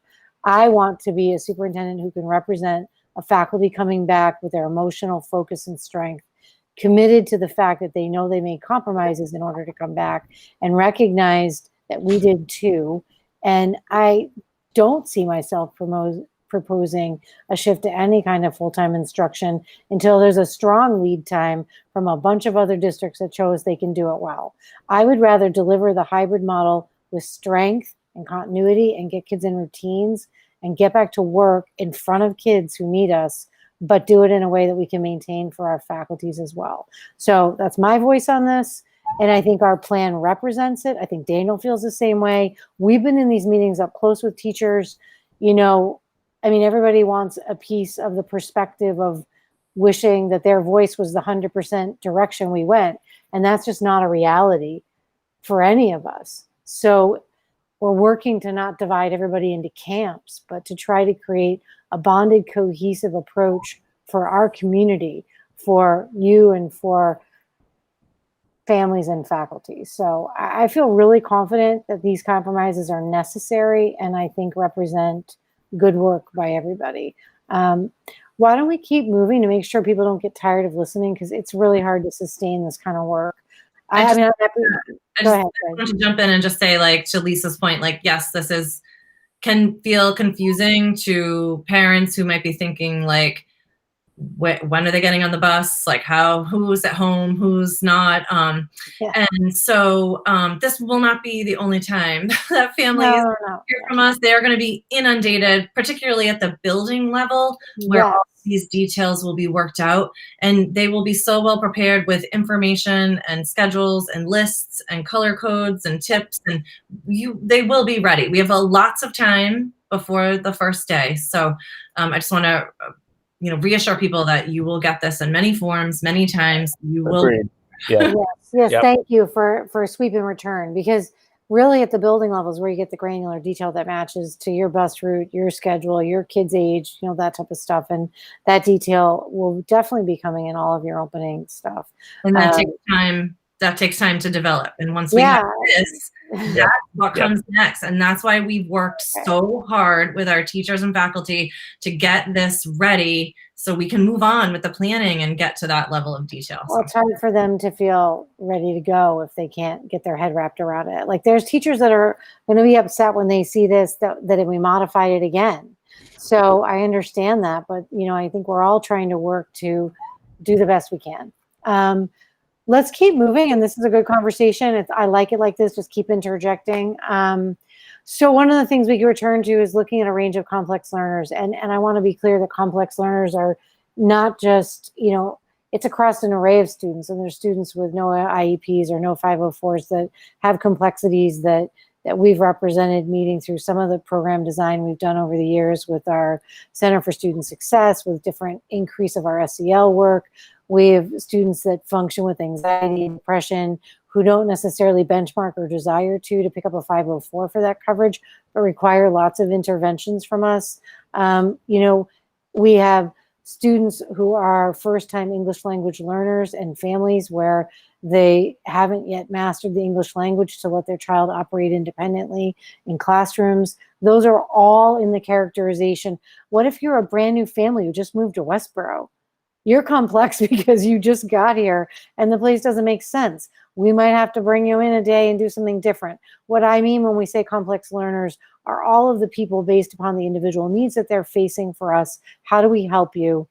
And what have we got to provide in order to do that? And there's different pools of people that do that: guidance and counselors and teachers and then special education service delivery people. So we really want to represent that, that slow start gives us also a time to get some early attention and support, to bring them in for some in-person instruction, to get started with them. I want to be clear that we will communicate to IEP and 504 families prior to the start of the year. And again, I think Sherry and I both recognize that our articulation of when we would get in contact was a huge upsetting piece for people. We knew calls and discussions were already happening, but that was just a poor aspect of our communication. We want to put it here in the slide to clarify. I want to be clear that we're deeply committed. That's our faculty, regardless of what anyone thinks about, my performance and my views, that Westborough Public Schools is deeply committed to meeting students' IEPs, and faculty on the ground care about getting their children the service deliveries they are very anxious to get to them. And lastly, that innovation and current best practice continues for all Westborough students, inclusive of those with unique needs, and that even in this pandemic and crazy instructional design modeling that we're trying to figure out, we are looking at UDL, we are looking at innovative instructional models, and we're bringing in experts to work with us. And, I think those things are all happening for our district, and I just want to make sure that we call that out. Amber, I just want to interject. I have to say, it really saddens me, and I think it's not by anybody's malintent, but that people don't necessarily have the full context of the work we've been doing with Tom Hare, who's a leader of special needs rights, who was a deputy secretary of education I think it was in the Clinton administration. I mean, we as a district we're seen as leaders in terms of what we do for helping all our students. And I just, I know the faculty that we have here, from Dr. Sherry Stevens on down, in terms of their commitment to students who are special needs students. And so your comments, I mean, I understand if people don't understand that, if they don't know the history, if they're not fully informed of what we've been doing in terms of professional development and working with consultants over the last several years on UDL, just may not really fully understand the level of commitment. And I just, I see it. I've seen it. I've been in this district for a long time. I've been in public education for my entire life. Westborough is committed to these students. Well, and I appreciate you saying that. I think it's important for families listening. I did get emails from people that, are feel very supported, but I think to the comments from Steve and Vanessa and other people that joined us, we're not communicating effectively what we're doing in a way that they have confidence. And so that's feedback we have to take. It's feedback we earnestly take. I think something I like about us as a team is we don't sidestep feedback. And I want to earnestly, like I said, it's hard not to be defensive. This is work we are actually passionate and care about. But these are all the children they love and the children they're raising. And they feel like if they were left feeling like they don't, like Sherry's texting me, she's very upset. She's like, oh my God, like we're doing so much and I feel so bad that they are upset. But we just have to do our best to keep clarifying. I'm not saying their feelings aren't legitimate. I just want I want them to be able to see the full context of what we've been working on over the last several years. Yeah, no, and I think that's nice for us to hold up. And I think at the same time to acknowledge that we hear the feedback, we recognize that if we feel we're doing something that has so much of what they echoed and things they're interested in are things we're working on.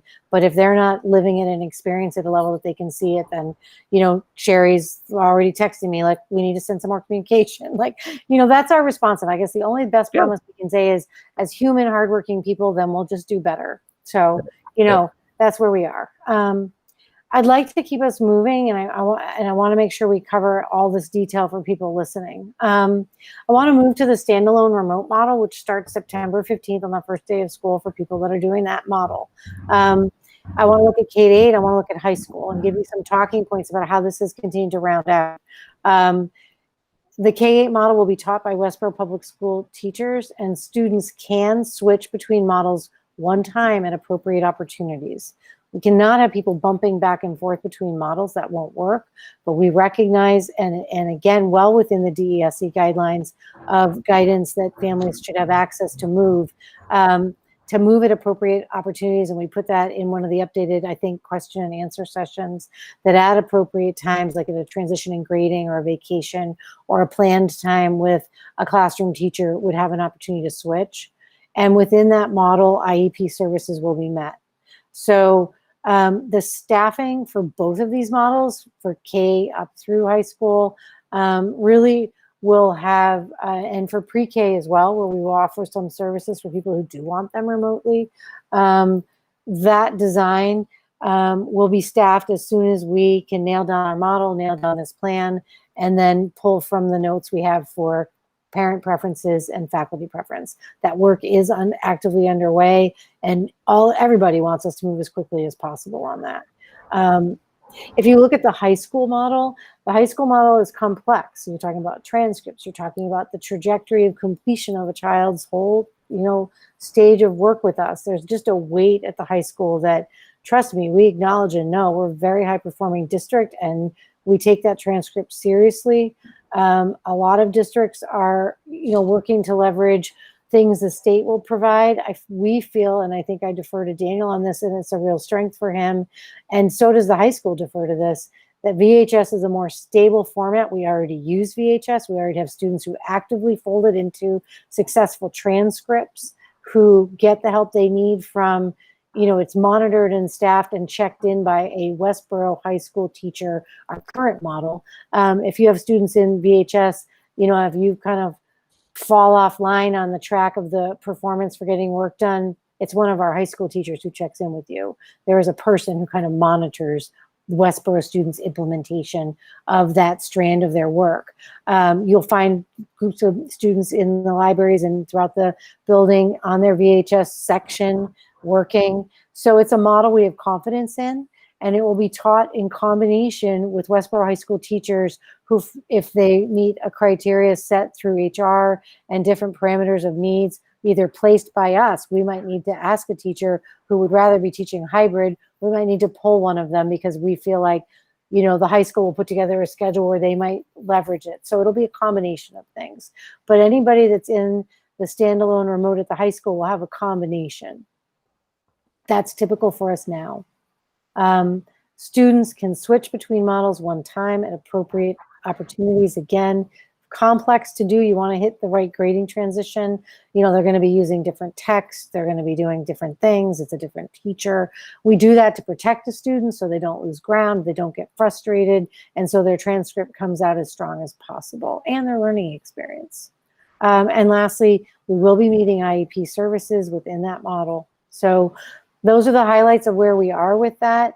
Certainly in the standalone K-8, some of the online service model tools that we've purchased to use during this year to support when students are home during their FAR day, during the hybrid model, will be accessible to the teachers that are teaching in this model for the remote. So some literacy-based materials, some math-based materials, and platforms that will do assessments, gather data, track student performance that teachers can look at later. So we're coming into the remote model with a lot more robust stuff in place. And again, we want to reiterate, it's in our original plan, you have to have a longer day. So we're going to scaffold it with more structured opportunities. Daniel, anything to add there? Can we keep moving? Keep moving. We're good. Questions? I'm going to push us forward. These are the ones where we were waiting for a lot of the additional details. And these are details that faculty want, that teachers want, that parents want. So we'll spend a little time here and touch on them. Lunches, transportation, recess, and mask breaks. Lunches, additional lunch sections will be utilized to reduce numbers. It's a mask break for students to eat. You're well over 6 feet as a minimum distancing for your lunchtime. We'll use a flexible use of cafeteria, outdoor, and other building spaces. That will vary by building, and each building will basically look at the number of students they need to provide lunch for and set up an appropriate space within the boundaries of the guidelines. This is work our principals know exceptionally well. This is in their wheelhouse. They will get this done well, and every child will have a lunch block staffed and supported as they always monitor students for them to have lunch. They will also maintain a breakfast and lunch program. We will have Chartwell service food available, delivered in an appropriately meeting the guidelines set by their food service quality people for working in this kind of pandemic time, and then also in this model of hybrid. They're also looking at providing food support for families that are on their away day. So students will be able to pick up some packed breakfast, lunch for the away time where they're working at a distance where they're not coming in, but they will still get their 5 days a week food support. Lastly, you have transportation in there that we've been working. We have a new transportation company. Remember, we, after a long set of years, transitioned to an RT. And I have to say, initially, I'm very, very pleased overall with, the way that they've come at being responsive with us in planning. They have a clear, DESE then came out with their guidelines. The company went right at that, already had it preliminarily mapped out. They have a cleaning and sanitizing before and after each run. Masks required and will be provided if needed. No one will step on a bus without a mask. Hand sanitation when boarding. Windows will be open unless of very severe kind of inclement weather. 1 student per bench assigned seat unless from the same family. Use of alternative rows to maintain 3 to 6 foot distance. Those are all state guidelines as well as the transportation companies all coordinating. And I think that's kind of a tight example of kind of how they'll manage this. They will then sanitize them at the end of the night and fog them down with the sanitizer as well. I think those are the big highlights. Lisa or Irene, do you have stuff to add on transportation? I would add that there was a lot of discussion about location of buses initially last spring, and there will be a combination of locations of our buses based on the needs of our drivers, it appears. So there will be some buses on our lot. There will be buses in Hudson, there may be buses in Marlborough, and that's to just sort of streamline the drivers with their buses. And the very exciting news also is that the majority of our bus drivers will be returning. And that was actually said it was it was the highest retention of drivers with a new contract that they had received. So that is very exciting. I want to give a big shout out to our drivers. Well, that's because we have the nicest kids. I mean, honestly, Westborough kids are so nice. Like, I mean, it doesn't mean we don't have problems, like, welcome to the world, but like, our kids are really good to their drivers. Our drivers love them. It was a hard change. We were worried about it, and I'm so thrilled. It just is a compliment to our community, the whole community, how good our parents are to the bus drivers. And I want to give a shout out to them. Thanks, Lisa. And the buses themselves are going to be newer, considerably newer. And so we should not have the breakdown rates we've had in the past. Yeah. That was a huge addition. I'll let Irene talk about the app. And, you know, just to reiterate, while I'm talking at the same time, the lunches, I want to just tap into that one. I'm really excited to see that the food insecurity issues are being addressed so that those students are getting the food that they need when they need it. That is really wonderful to see in our map here as well. Irene? Yeah, so I just might add that the location of these buses also serves as social distancing. They don't want many drivers congregating in one location. So they're very aware of safety and of their drivers and of the students. So they're right on top of it. We will have Here's the Bus app, and we're working on that right now.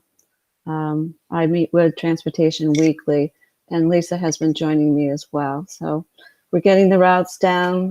It was based upon parents responding to the survey as to whether they're riding, the student is riding the bus, or they're going to drive, or whether they're remote learning. And so we're finalizing that right now. And so we're limiting students to 21 students on a bus. So we're trying to determine, the bus company is trying to determine if that's possible. So it's looking positive. I should add one more thing, and that was about monitors. The monitors on, like in vans or buses where needed for students who require a monitor to be on that bus. They are completely going through step by step, making sure that there are monitors where needed and where required. So they're totally on top of it. They've been very responsive, which I think is going to be a good plan to put in place as we head forward. They enjoy having monitors on buses. It's good. It gives them another adult on the bus with them. And we like to use monitors. It tends to be something we've kind of leaned in on when we need it to transition students from van-based service where they want to be in their larger bus. And so that model's been pretty successful for us. They actually will pick up the monitor sometimes in the parking lot of one school and then do the route. It's kind of nice. I hope that stays in place. Let's look at recess and mask breaks. Faculty and students, students will only be in a mask full day 2 days a week, and as we ramp up, and again, some students will be in them more as they come in for 5 days, and then we will make sure we're providing breaks for them beyond just lunch. But there's opportunities to go to spaces that are prepared for that so that they can have a break, stretch, and do that. And there will be classroom breaks as well. There's all sorts of different rotations provided in examples at the state level.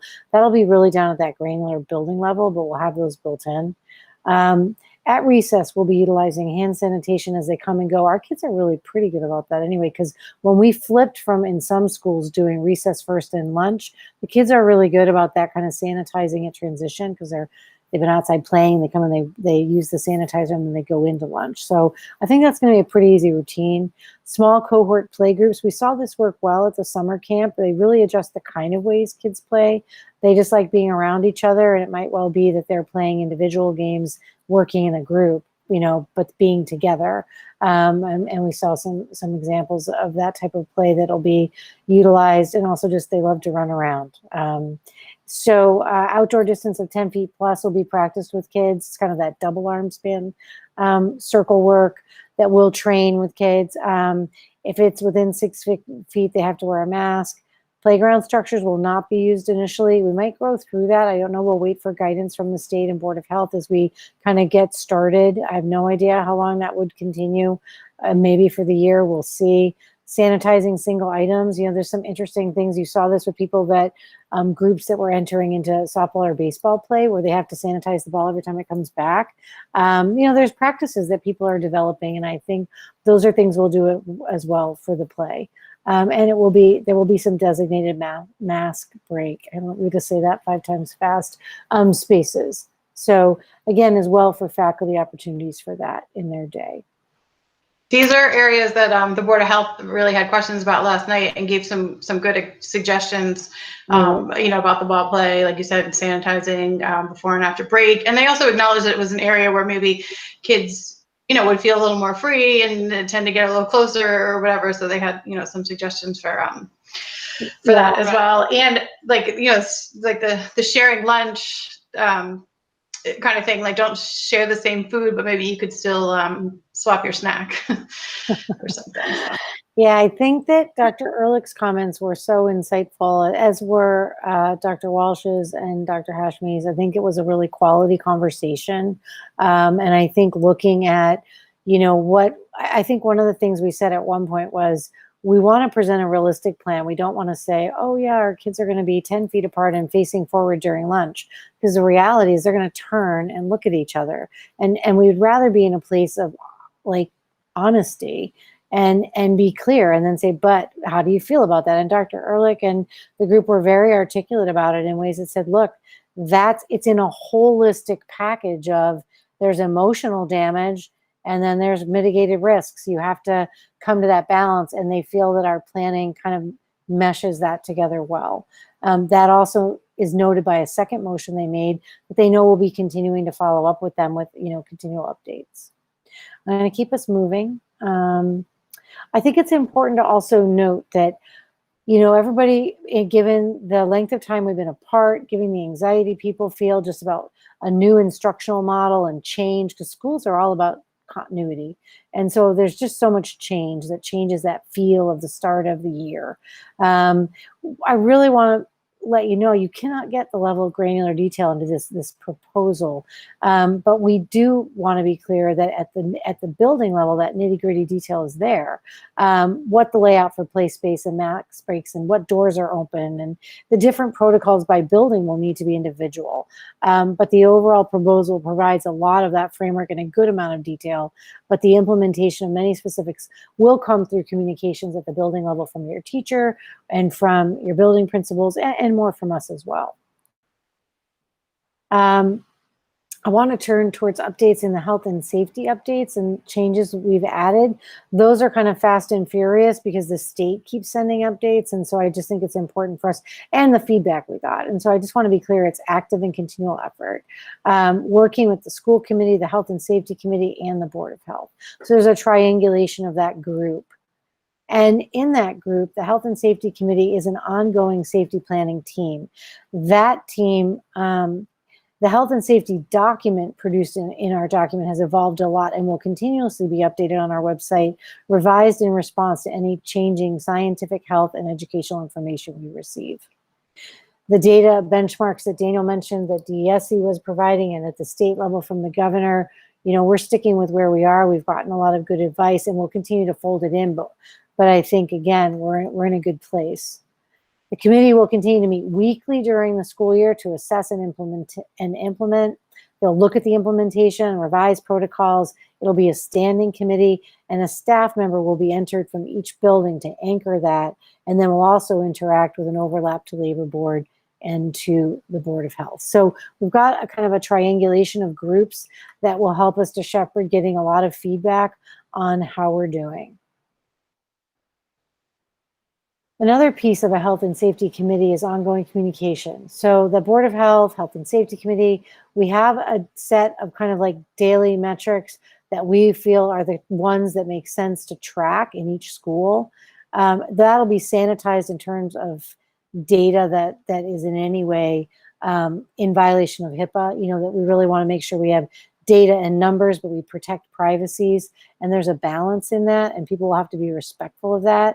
The town gives us very clear guidance about that, as does HR and compliance guideline. But we will be reported to the director of the Board of Health as well, so that we can look at building data and district data. Students and staff who become symptomatic, who are diagnosed with COVID, who are in isolation or quarantine, or those who are in close contact, will be anonymously tabulated into a spreadsheet that allows for daily and weekly review of school and district, so that the district and the Board of Health can spot trends and rapidly respond with any increase in cases. Families of close contacts will be notified by the schools. Cohort tracing, contact tracing, those are the types of things that I think our nurses at the state level or at the town level helped with contact tracing for the Board of Health. They're skilled, and we were clear with the Board of Health last night that the contact follow-up will be important to us. Can I ask a quick question? Sure. The Health and Safety Committee, is that an increasing sized committee? In other words, do we have staff on that? Do we have faculty on that committee? Yeah, that's great. Let me back up to this slide. So a staff member from this bullet 3 here, a staff member from each school will serve as a representative to the committee in order to continue bringing the building-based questions and suggestions to planning. So I just want to call out a subtle difference there. When we were working fast and furious to start to get a general framework for every component of this, for all 3 models, the safety, the pieces, a team was put together to develop with what DESA gave us a base to look at. So we pulled that team together initially, but with the goal that everything they created had to flow through the teacher planning teams, and that's where we got all the feedback on this stuff, and that the evolution between when we did the document July 22nd to now gave us the opportunity for them to look at that kind of drafted feedback, and then all these changes you see plus the additions from the state just enhance that development. That was kind of our initial plan, knowing that sustaining that committee was something we would want to do, and then folding and building reps, which is a practice we have a lot of good exercise with, would then have that committee run during the year. And then the data benchmarking would be able to flow through them, through the Board of Health, and through the Labor Board. So I feel like that triangulation will work, but thank you for asking me to go back there, Lisa. Does that make sense? Okay. Yeah, I definitely want, to make sure that we have representation for the people who are really on the ground, that, her. Right. And no, I do think, again, I think there was a feeling, and we heard this in teacher feedback, well, why we heard it from a couple parents, like, why aren't any teachers on there? Because our plan was that draft would be rolled through over 100 teachers, and they got it, and they got to write comments on it, and they talked about it, and then we revised it, and now we're sharing where we are with that. But that was the goal, that those 2-hour meetings we were doing with those large groups where they could look at that was for the discussions and the open forums that I was able to hold just to kind of hear the feedback, and we got it and utilized it to then keep leveraging these changes. And then we'll set that up as a standing committee that has those members folded in. Thank you. Yeah. That's good collaboration. Good. Yeah, no, I mean, again, we're trying, but again, mistakes get made. We're working to do what we can do, but, all right. So, key revisions to the health and safety planning documents. I'm going to hop through a couple of these. We revised the protocols of key actions as we got more data from the state and from what we learned in response to the COVID-19 related events, such as when you're exposed or an infected person or symptomatic at home or school. There's a whole triangulation of kind of like a flow chart of what you have to do. We have that mapped out. Actually, we created a flow chart that both is visual and a table. It'll be in the final document. The bones of it have been there, but it basically comes from the state, but then we layered in pieces of our own practice that we think. As an example, we've always been pre-K to 12 in masks and at 22 in our thinking. Different than some of those state guidelines, and we've continued to work on those. We also added appropriate face coverings that people have continued to prepare for more contact as the state has moved, into a substantial phase 2 and some phase 3. People are assessing face coverings and learning what's best. So we have some of those and actually looking at a protocol later tonight, just the ways that we can help guide people, and it'll be in the document. I'm just looking at the time, I'm keeping us moving. Other key revisions, cleaning and sanitizing has been an ongoing discussion. I want to hit on some of these. And again, those are outlined in the changes in the health document when you see it. And we'll leave those changes when we push this document out for people to see highlighted in blue so people can see where we put the changes. So you'll get the original draft and then all the changes will be in blue, kind of following what we do when we push out the strategic plan so everybody can see it clearly. Cleaning and sanitizing, we've added custodial staff to each school as needed, increasing the day staff.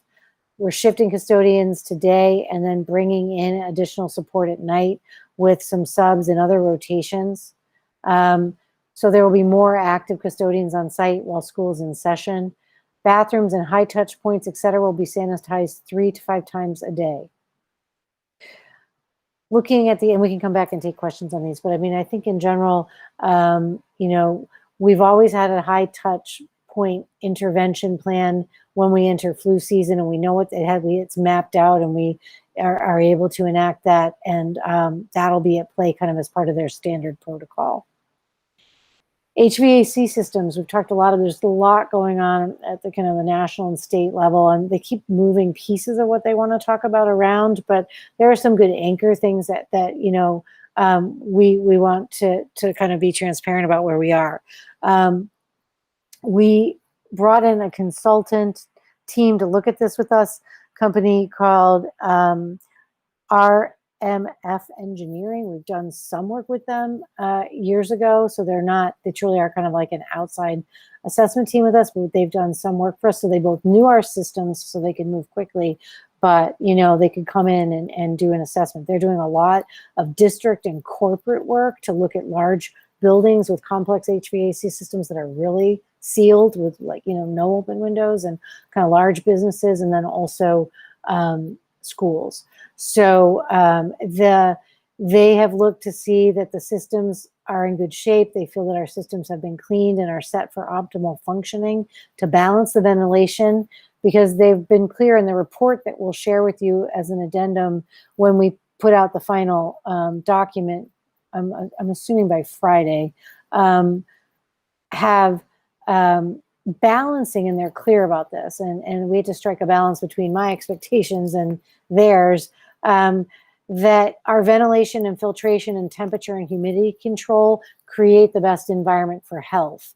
And that's health for managing pathogens as well as managing health in general and keeping people comfortable, and also making sure that your allergies don't take off. So it's kind of a complex chemistry. And so we really had to talk through, like we bring in about 45% fresh air. They feel our filtration systems are well running. A shout out to Bill Gavarino, who manages that system well across all of our buildings. But things that we wanted to change, which is, I said, well, we need to ramp it up. So our target is that we'll increase the incoming airflow to 50% new air. And they're currently working to get all the buildings set to that amount. Some, it means having to bring in a company. We just got a vendor starting to come in to look at, they have to go into the HVAC systems in the room and mechanically change it.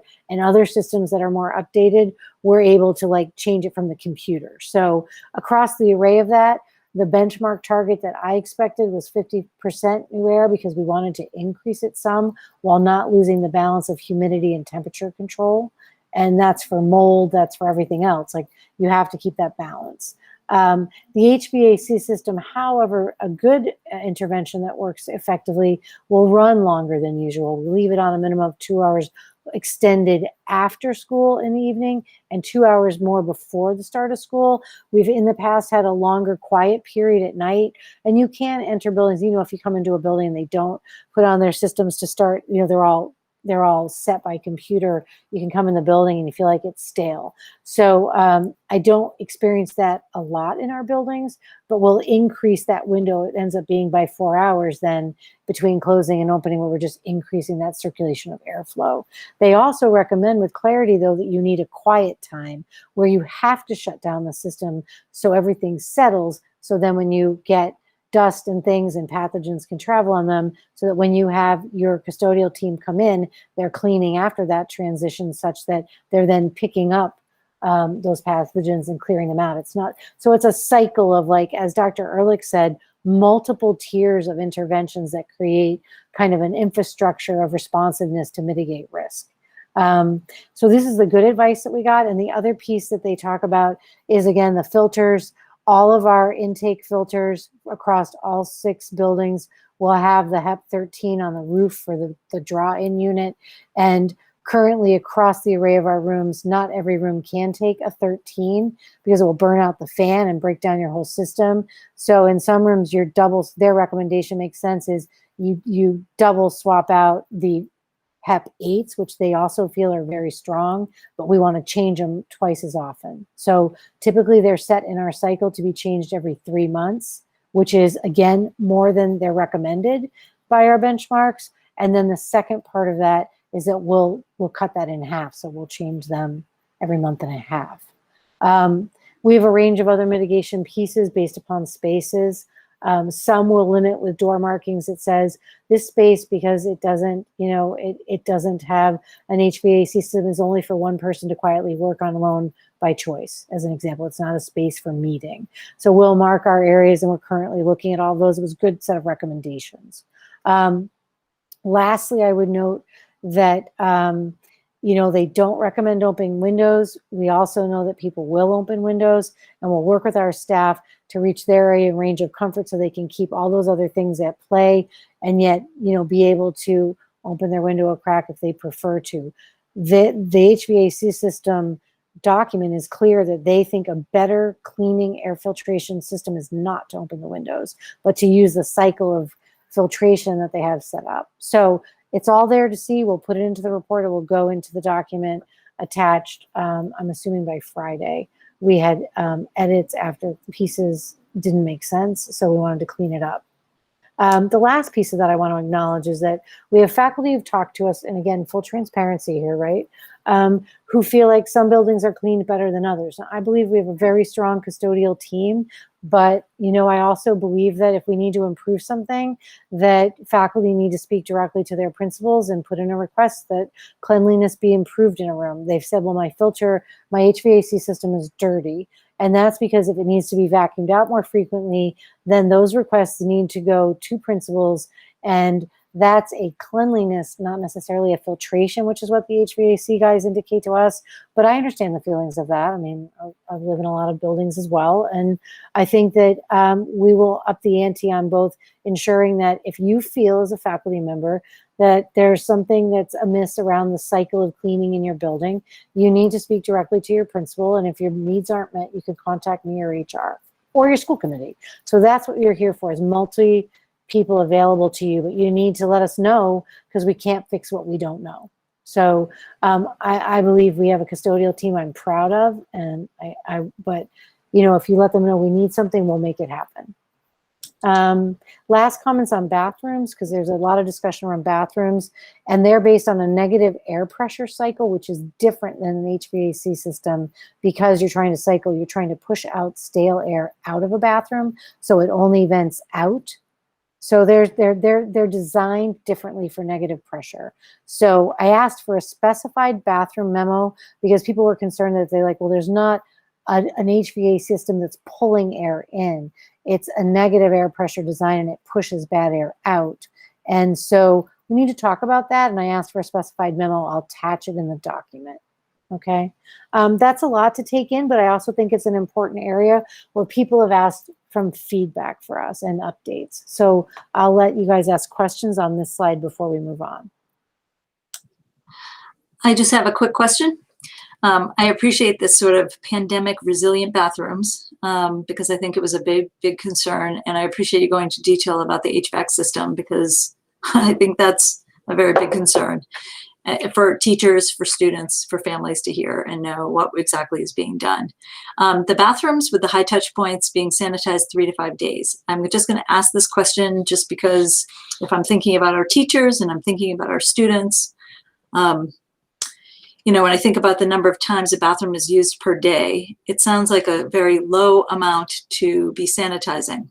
And why? Because the perception I have is that people would want to know that the bathrooms have been sanitized between uses, which would virtually be I suspect, a challenging process. And so what I am wondering about is whether there'll be cleaning products in the bathrooms to enable, at least when younger students go in, that either teachers can assist with the cleaning between, or whether, and that sounds awful to me when I think about even having said that out loud, or that middle school, high school students could actually clean themselves to just spray before using the bathroom. And I'm just asking because I think about this pandemic resilient bathroom and what that looks like.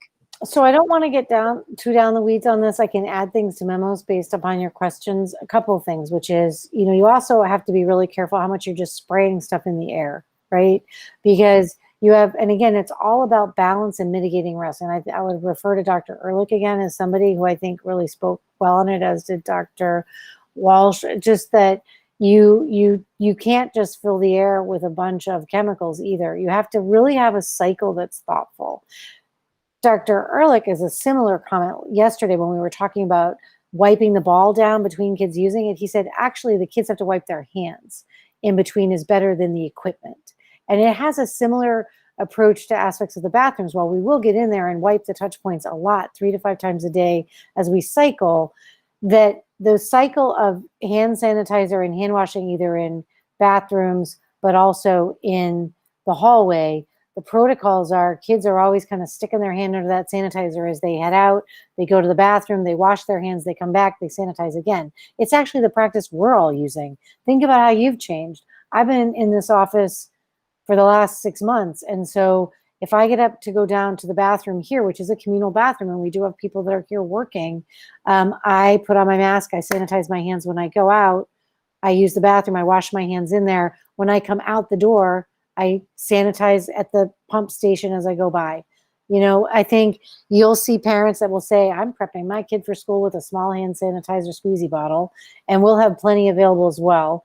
And we also, we added some additional we're purchasing some individual sink washing units that we can station at the high school as an example, to increase hand washing stations outside of bathrooms that'll be available. So again, it's about multi-tier responsiveness where you can't cover every base, but you also have people wearing masks, which again, you have to think your most primary intervention is mask wearing, because then you're not carrying pathogens on your hands if the percentage of people that are touching things and breathing on things is diminished. So, and again, I don't want to be inarticulate about things that I'm, could say I've learned a lot about, but I'm not an expert. But I will defer to the Board of Health that we will check our practices, their early look at our things. They felt that we were functioning well in our multi-prong approach. And I will, I think certainly it's stuff we'll continue to assess as we come to Labor Board, Lisa, because you'll be there with me, so it'll be good. I'm going to keep us moving. Can I do that? That's very good. Thank you. I appreciate that. Yep. A couple highlights from faculty and questions that some parents had asked as well in support of faculty, and just also because their own questions for how many people their kids come in contact with. Wellness and physical education. We'll be utilizing as much outdoor physical distancing and outdoor work as possible. We will have masks form when we're indoor during activities. We did this at camp. You see the kids running around playing, they got their masks on. They don't seem to mind. You just do. You see people running with them. Shared equipment will be wiped down before, and we'll use hand washing and sanitizing before and after PE class. Protocol that we feel is sound. Fine arts, the K-6 staff will be traveling to classrooms as opposed to students traveling to them. Students will have individual art and music kits and for home and school use. So that would travel with them, and it's their own personal kit. And again, limiting transmission of sharing materials. Concert performance and plays have been canceled for now, at least till January when we assess where we are. Then we'll put out a performance schedule. The fine arts department, is game on for everything. They're going to continue to be modifying all sorts of things. But when public assembly is ready and permitted, we will return to it. I believe that the creativity and energy of, very creative people will continue to find ways for kids to come together and to provide music for us and for them to see how much we love it. I don't know how many of you have Instagram pages, but if you follow the band group, they play songs for you to wash your hands to, and kids have been posting a cappella music. We're going to be able to celebrate the talents of our students, as you saw with Mr. WHS, and there's just so many ways that they'll adjust because they love what they do and they want to share it. So I have confidence in that. Regarding a thing that people wondered about is that for the fine arts, performing staff, wellness, ESL staff, and special education staff, some of them move between buildings. So daily staff travel between buildings will be eliminated or reduced. And we have to see how much we can eliminate. We're in a good percentage of being able to plan to eliminate, and in some cases it will be reduced for the 2021 year while we're in this episode. So that'll come out individually schedulized, working with department heads and directors, with faculty, but I was in a long scheduling meeting with directors, and they're in a good place to begin to shuffle schedules to be able to do that. We will hire probably like a 0.5 long-term sub to do some of that coverage, but we're being creative and then limiting that transition. Here's some of our summer kids. Look at them. You forget what kids look like in live. And this isn't quite live, but it's a cute picture.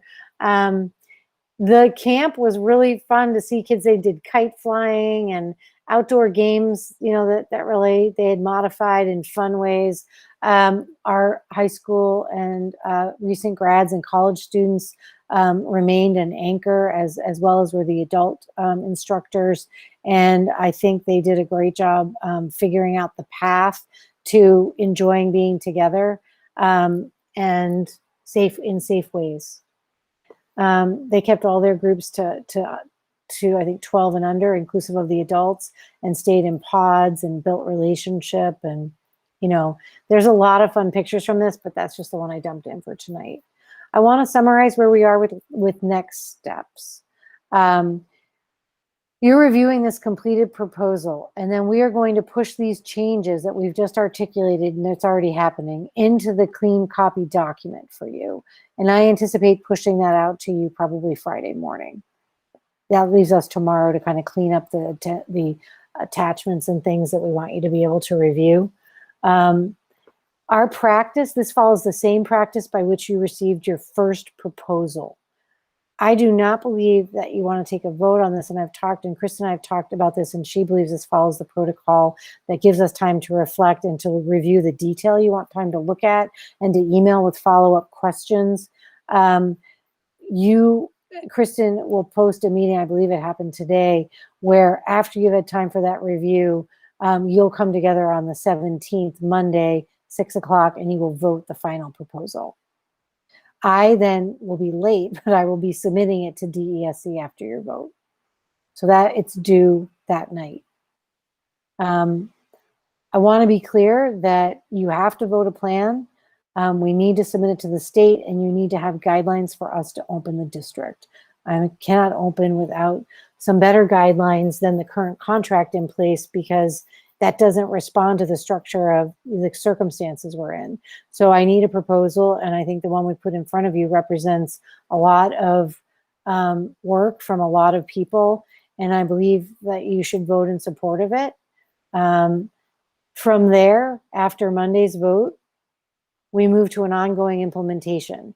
We need to release cohorts, we need to define bus routes, we need to develop schedules and class lists, both faculty and teachers, and faculty and students are asking when they're going to get those things. We need to finalize daycare slots at the Teamworks facility for faculty and then open up remaining spots to families.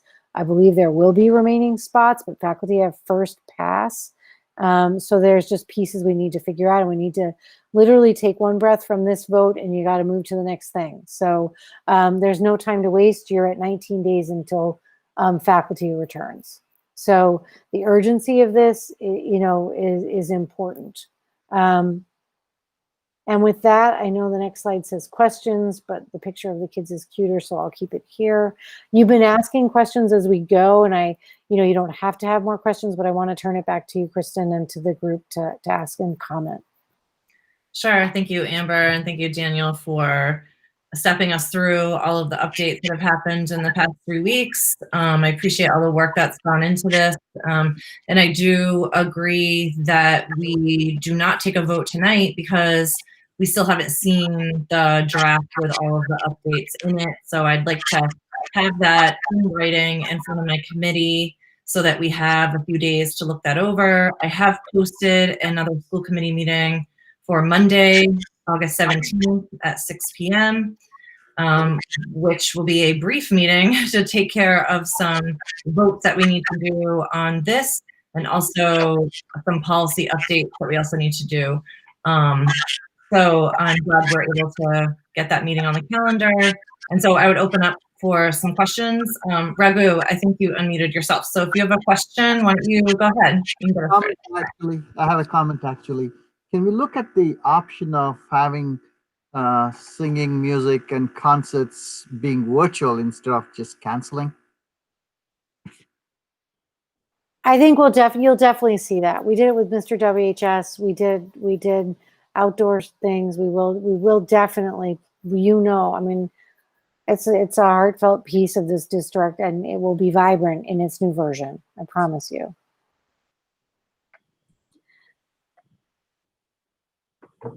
I have a question about the standalone remote model and the phased in, which is, if we're phasing in the hybrid, what will be happening with students who are away during those days? And the other is, what will be happening with a phased in approach for the standalone remote model? Meaning, are they having face-to-face instruction those first 3 weeks, meaning the remote week and the 2 phased in weeks? How does that work? Daniel, I saw you unmuted. You want to take a stab? I mean, we can talk it through. Sure. Yeah. I'm not using my camera because I'm down to 19% on my computer. So I'm trying to conserve.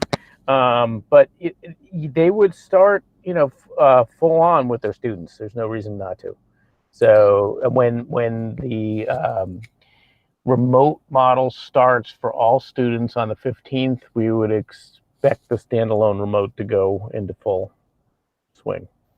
And faculty, I think, again, as they've looked at this MOU and it's all about compromises, the design of this model, there will be faculty who think, well, wait, there's just one more layering piece I have to figure out. And then there's other people like, this works for me. I feel confident to come back.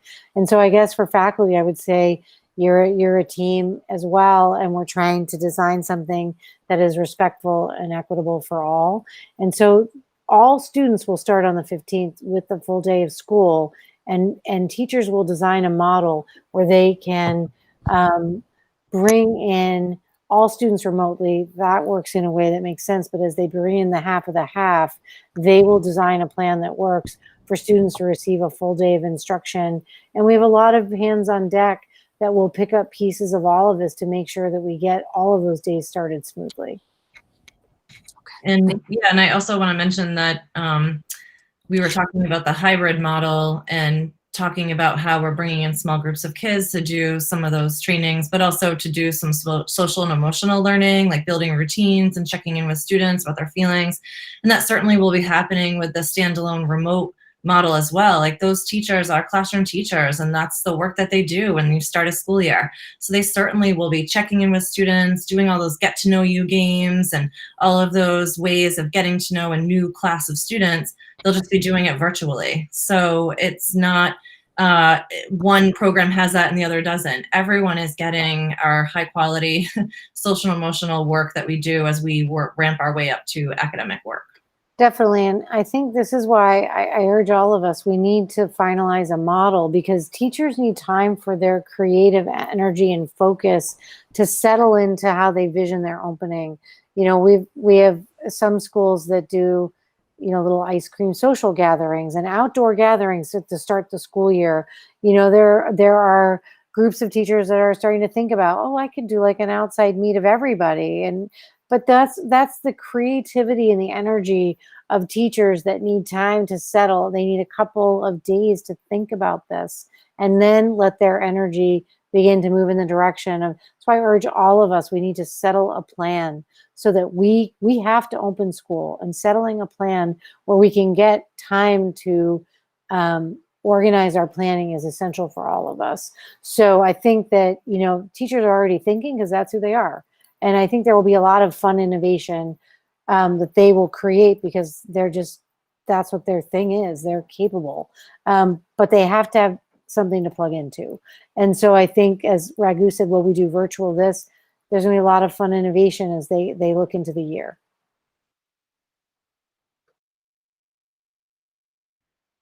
Any other questions that we might be able to answer now? Sarah, do you have something? My Wi-Fi was getting spotty for a second there, so someone may have already asked this. Is the standalone remote learning program 4 days or 5 days? Be 5 days. 5 days, okay. Like in the context of the Fridays and things Amber, like you're that, it would be muted. 5 days. All right, no, Amber. it's a half day, Daniel, on Friday because they are doing PD with their peers. So the Right. Okay, 4.5 so let's not create a thunderstorm here. We've been really careful. It's late.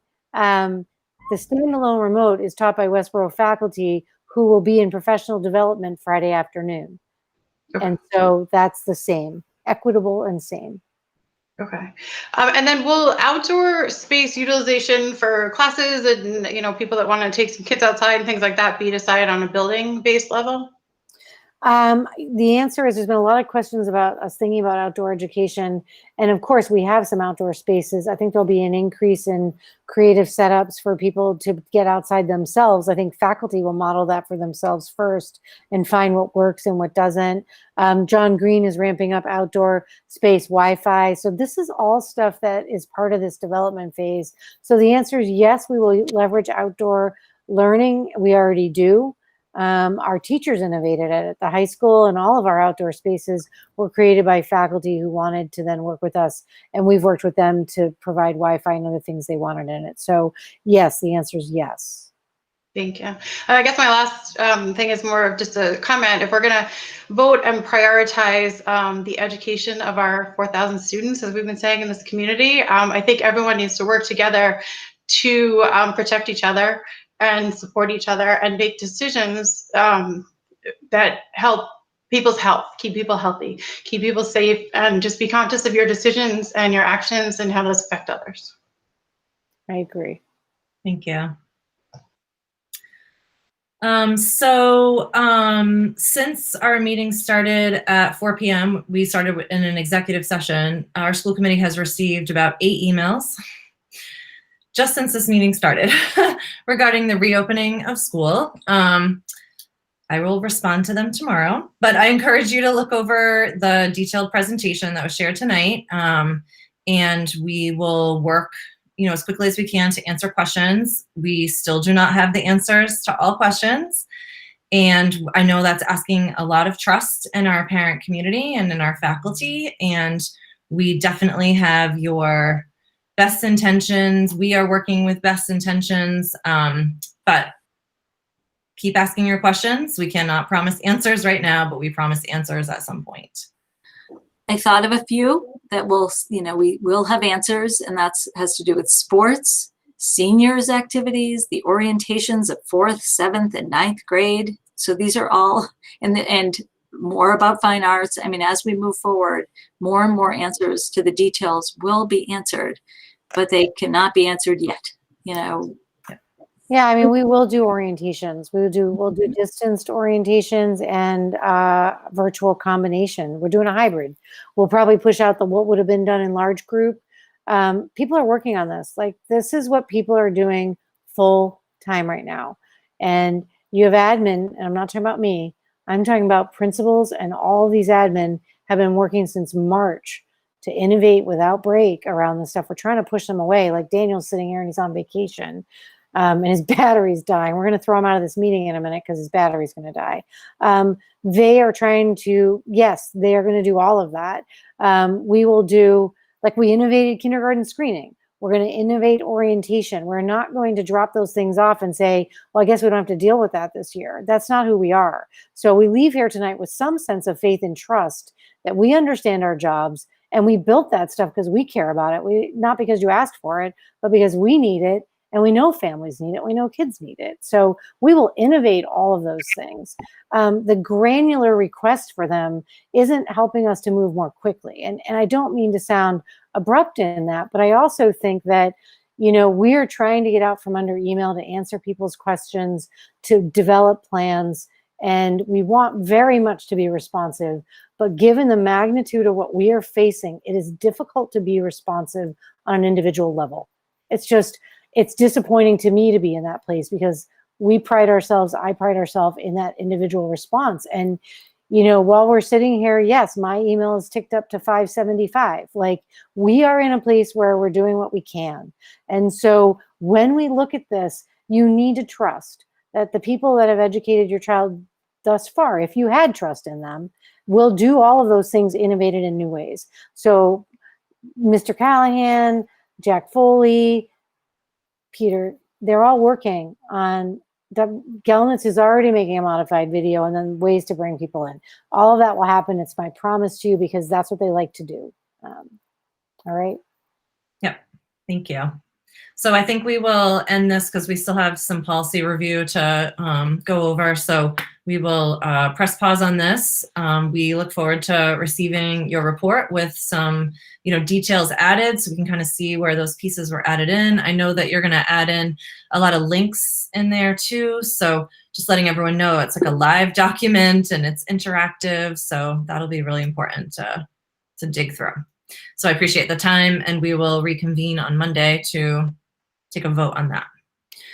Daniel is leaving, so Yeah. say goodbye to him. He's checking out. Goodbye, Daniel. Goodbye. Thank you, everyone. Daniel. I appreciate you. Thank you. Yeah, you guys too. Bye. I so appreciate him spending his last day of vacation with us. I know. You're a good group. All right. So we have some policy review. All right. So what we're going to do tonight is just, you have received a draft of these policies. And again, this is a good time for you to have a chance to look it over. And then we will, I'll put on the agenda for Monday that we vote these policies. But I'll give you a little background about this first one. So policy ACAB on sexual harassment is related to updates from Title IX. So Title IX is a federal policy. And we often think about Title IX as it relates to sports and equal opportunity and access for women in college sports and high school sports, but it includes a ton of other regulations and guidance and laws. And so there have been a lot of updates on the sexual harassment part of Title IX, and that has to do with ways that sexual harassment gets reported and then investigated. And so I'm not going to run through the whole history of it, but in May of 2020, there were new regulations written into the Title IX called Final Rules, which are now laws. So I attended a webinar on July 15th about this, and the changes in this policy are overwhelming. The federal guidance document is over 2,000 pages long. And there are significant changes to how Title IX will be managed, and there are also extensive training requirements. So Suzanne Kenny, our director of HR, is helping us to make sense of all of this. And we've also have the guidance of legal counsel, and Andrea Machnick, who is Amber's administrative assistant, is also helping us. She helps us so much with all our policy. And we're receiving guidance from MASC. And so we thank them for all their guidance on these policies as well. So what you have here, if you look at, I think Andrea included in our packet the old policy, and that is 2 pages. And if you look at the updated policy that she sent to us, which came from, a lot of it came from our legal counsel, and the ways of rewriting it is, I don't know, 6-8 pages long. I think it's. So there's a lot of updates to it in terms of record keeping, in terms of who investigates, how these investigations can go, due process protection. So there's a lot there, and I'm not going to read it aloud. We all have it, so we can take our time to look through it. But this is federal law. There is a deadline for adopting these that's coming up soon. Just based on our meeting schedule, we'll do the best we can to update these policies and adopt them as quickly as we can. But it's really overwhelming. So anyway, take a look at it, surface questions, send me your, just what comes up for you. Irene also, as one of the kind of managed reporter, is also working with Suzanne on it, and it is daunting and dropped at the absolute worst time, but important work. I think, again, I think it's, if you look back to stuff that had been in the trajectory of the sexual harassment stuff that flowed when we were really kind of in another range of awakenings, and we've had so many.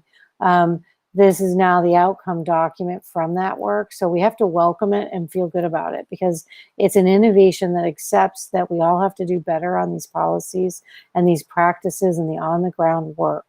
And it captures lots of things we value. So while like the timing couldn't be worse, how can you not lean in on that?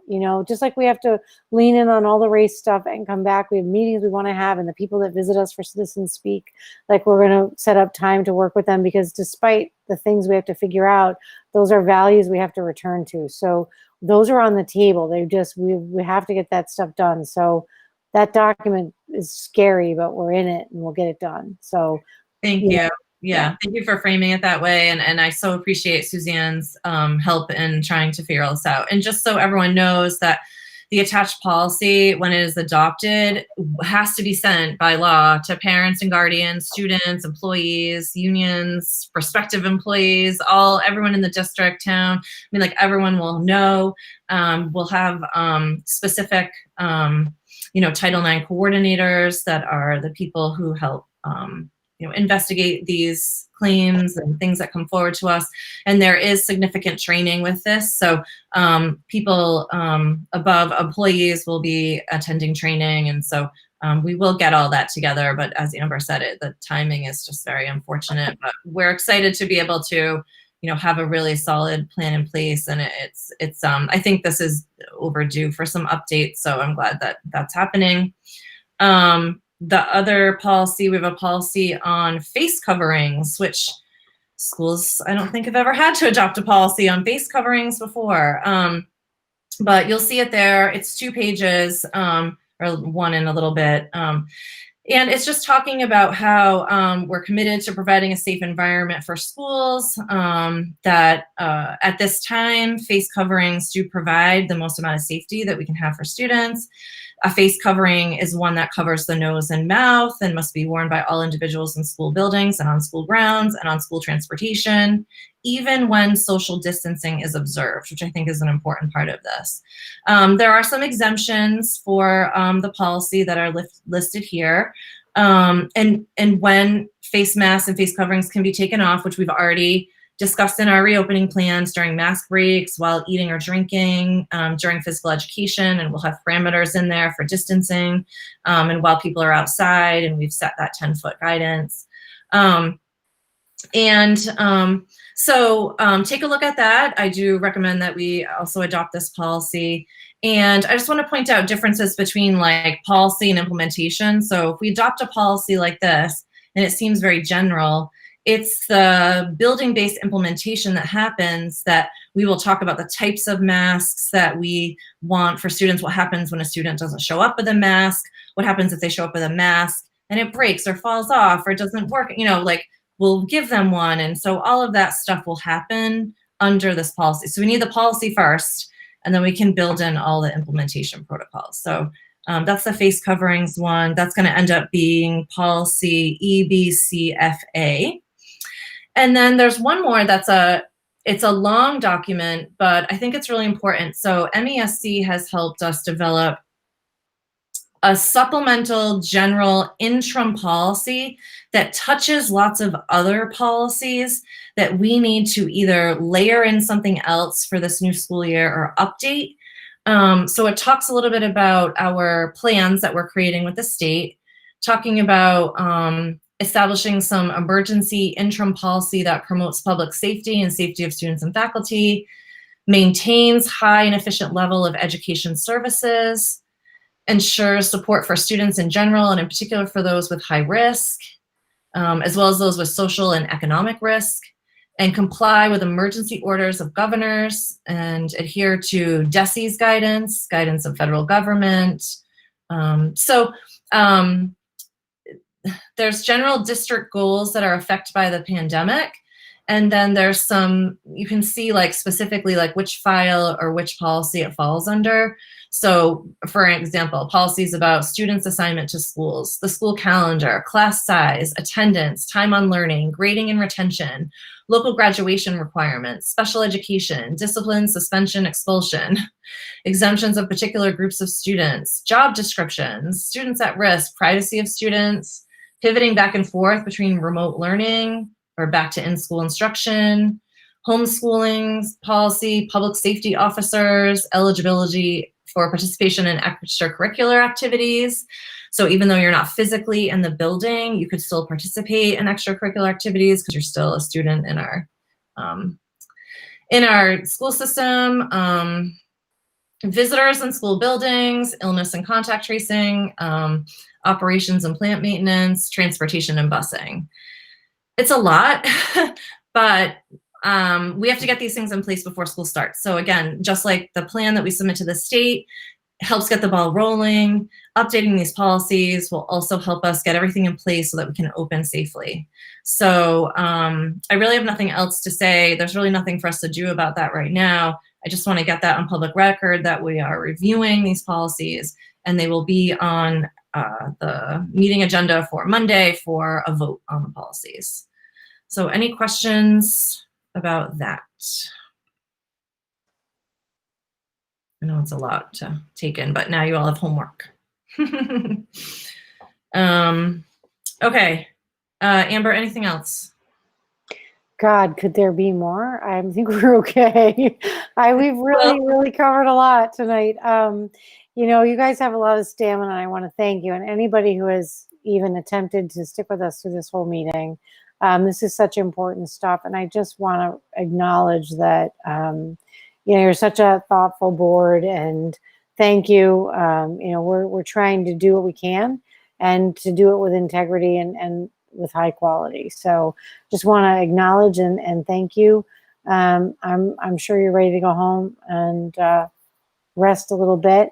We want to get this document finished for you, and we'll get it in your hands as soon as possible. Great, thank you. All right, so with that, may I please have a motion to adjourn our meeting tonight? I'll make a motion to adjourn. A second. I'll second it. I was waiting for everyone to second it. So we'll take a roll call vote to adjourn our meeting. We'll start with Sarah. Dula, yes. Raghu. London, yes. Lisa. Edinburgh, yes. Steve. Correct, yes. And Vincent, yes, 5-0. So meeting is adjourned. Thank you so much, everyone, and we'll see you on Monday night. Thank you. Thank you. Thank you. Thank you. Thank you, Westborough TV. Thank you, Westborough TV.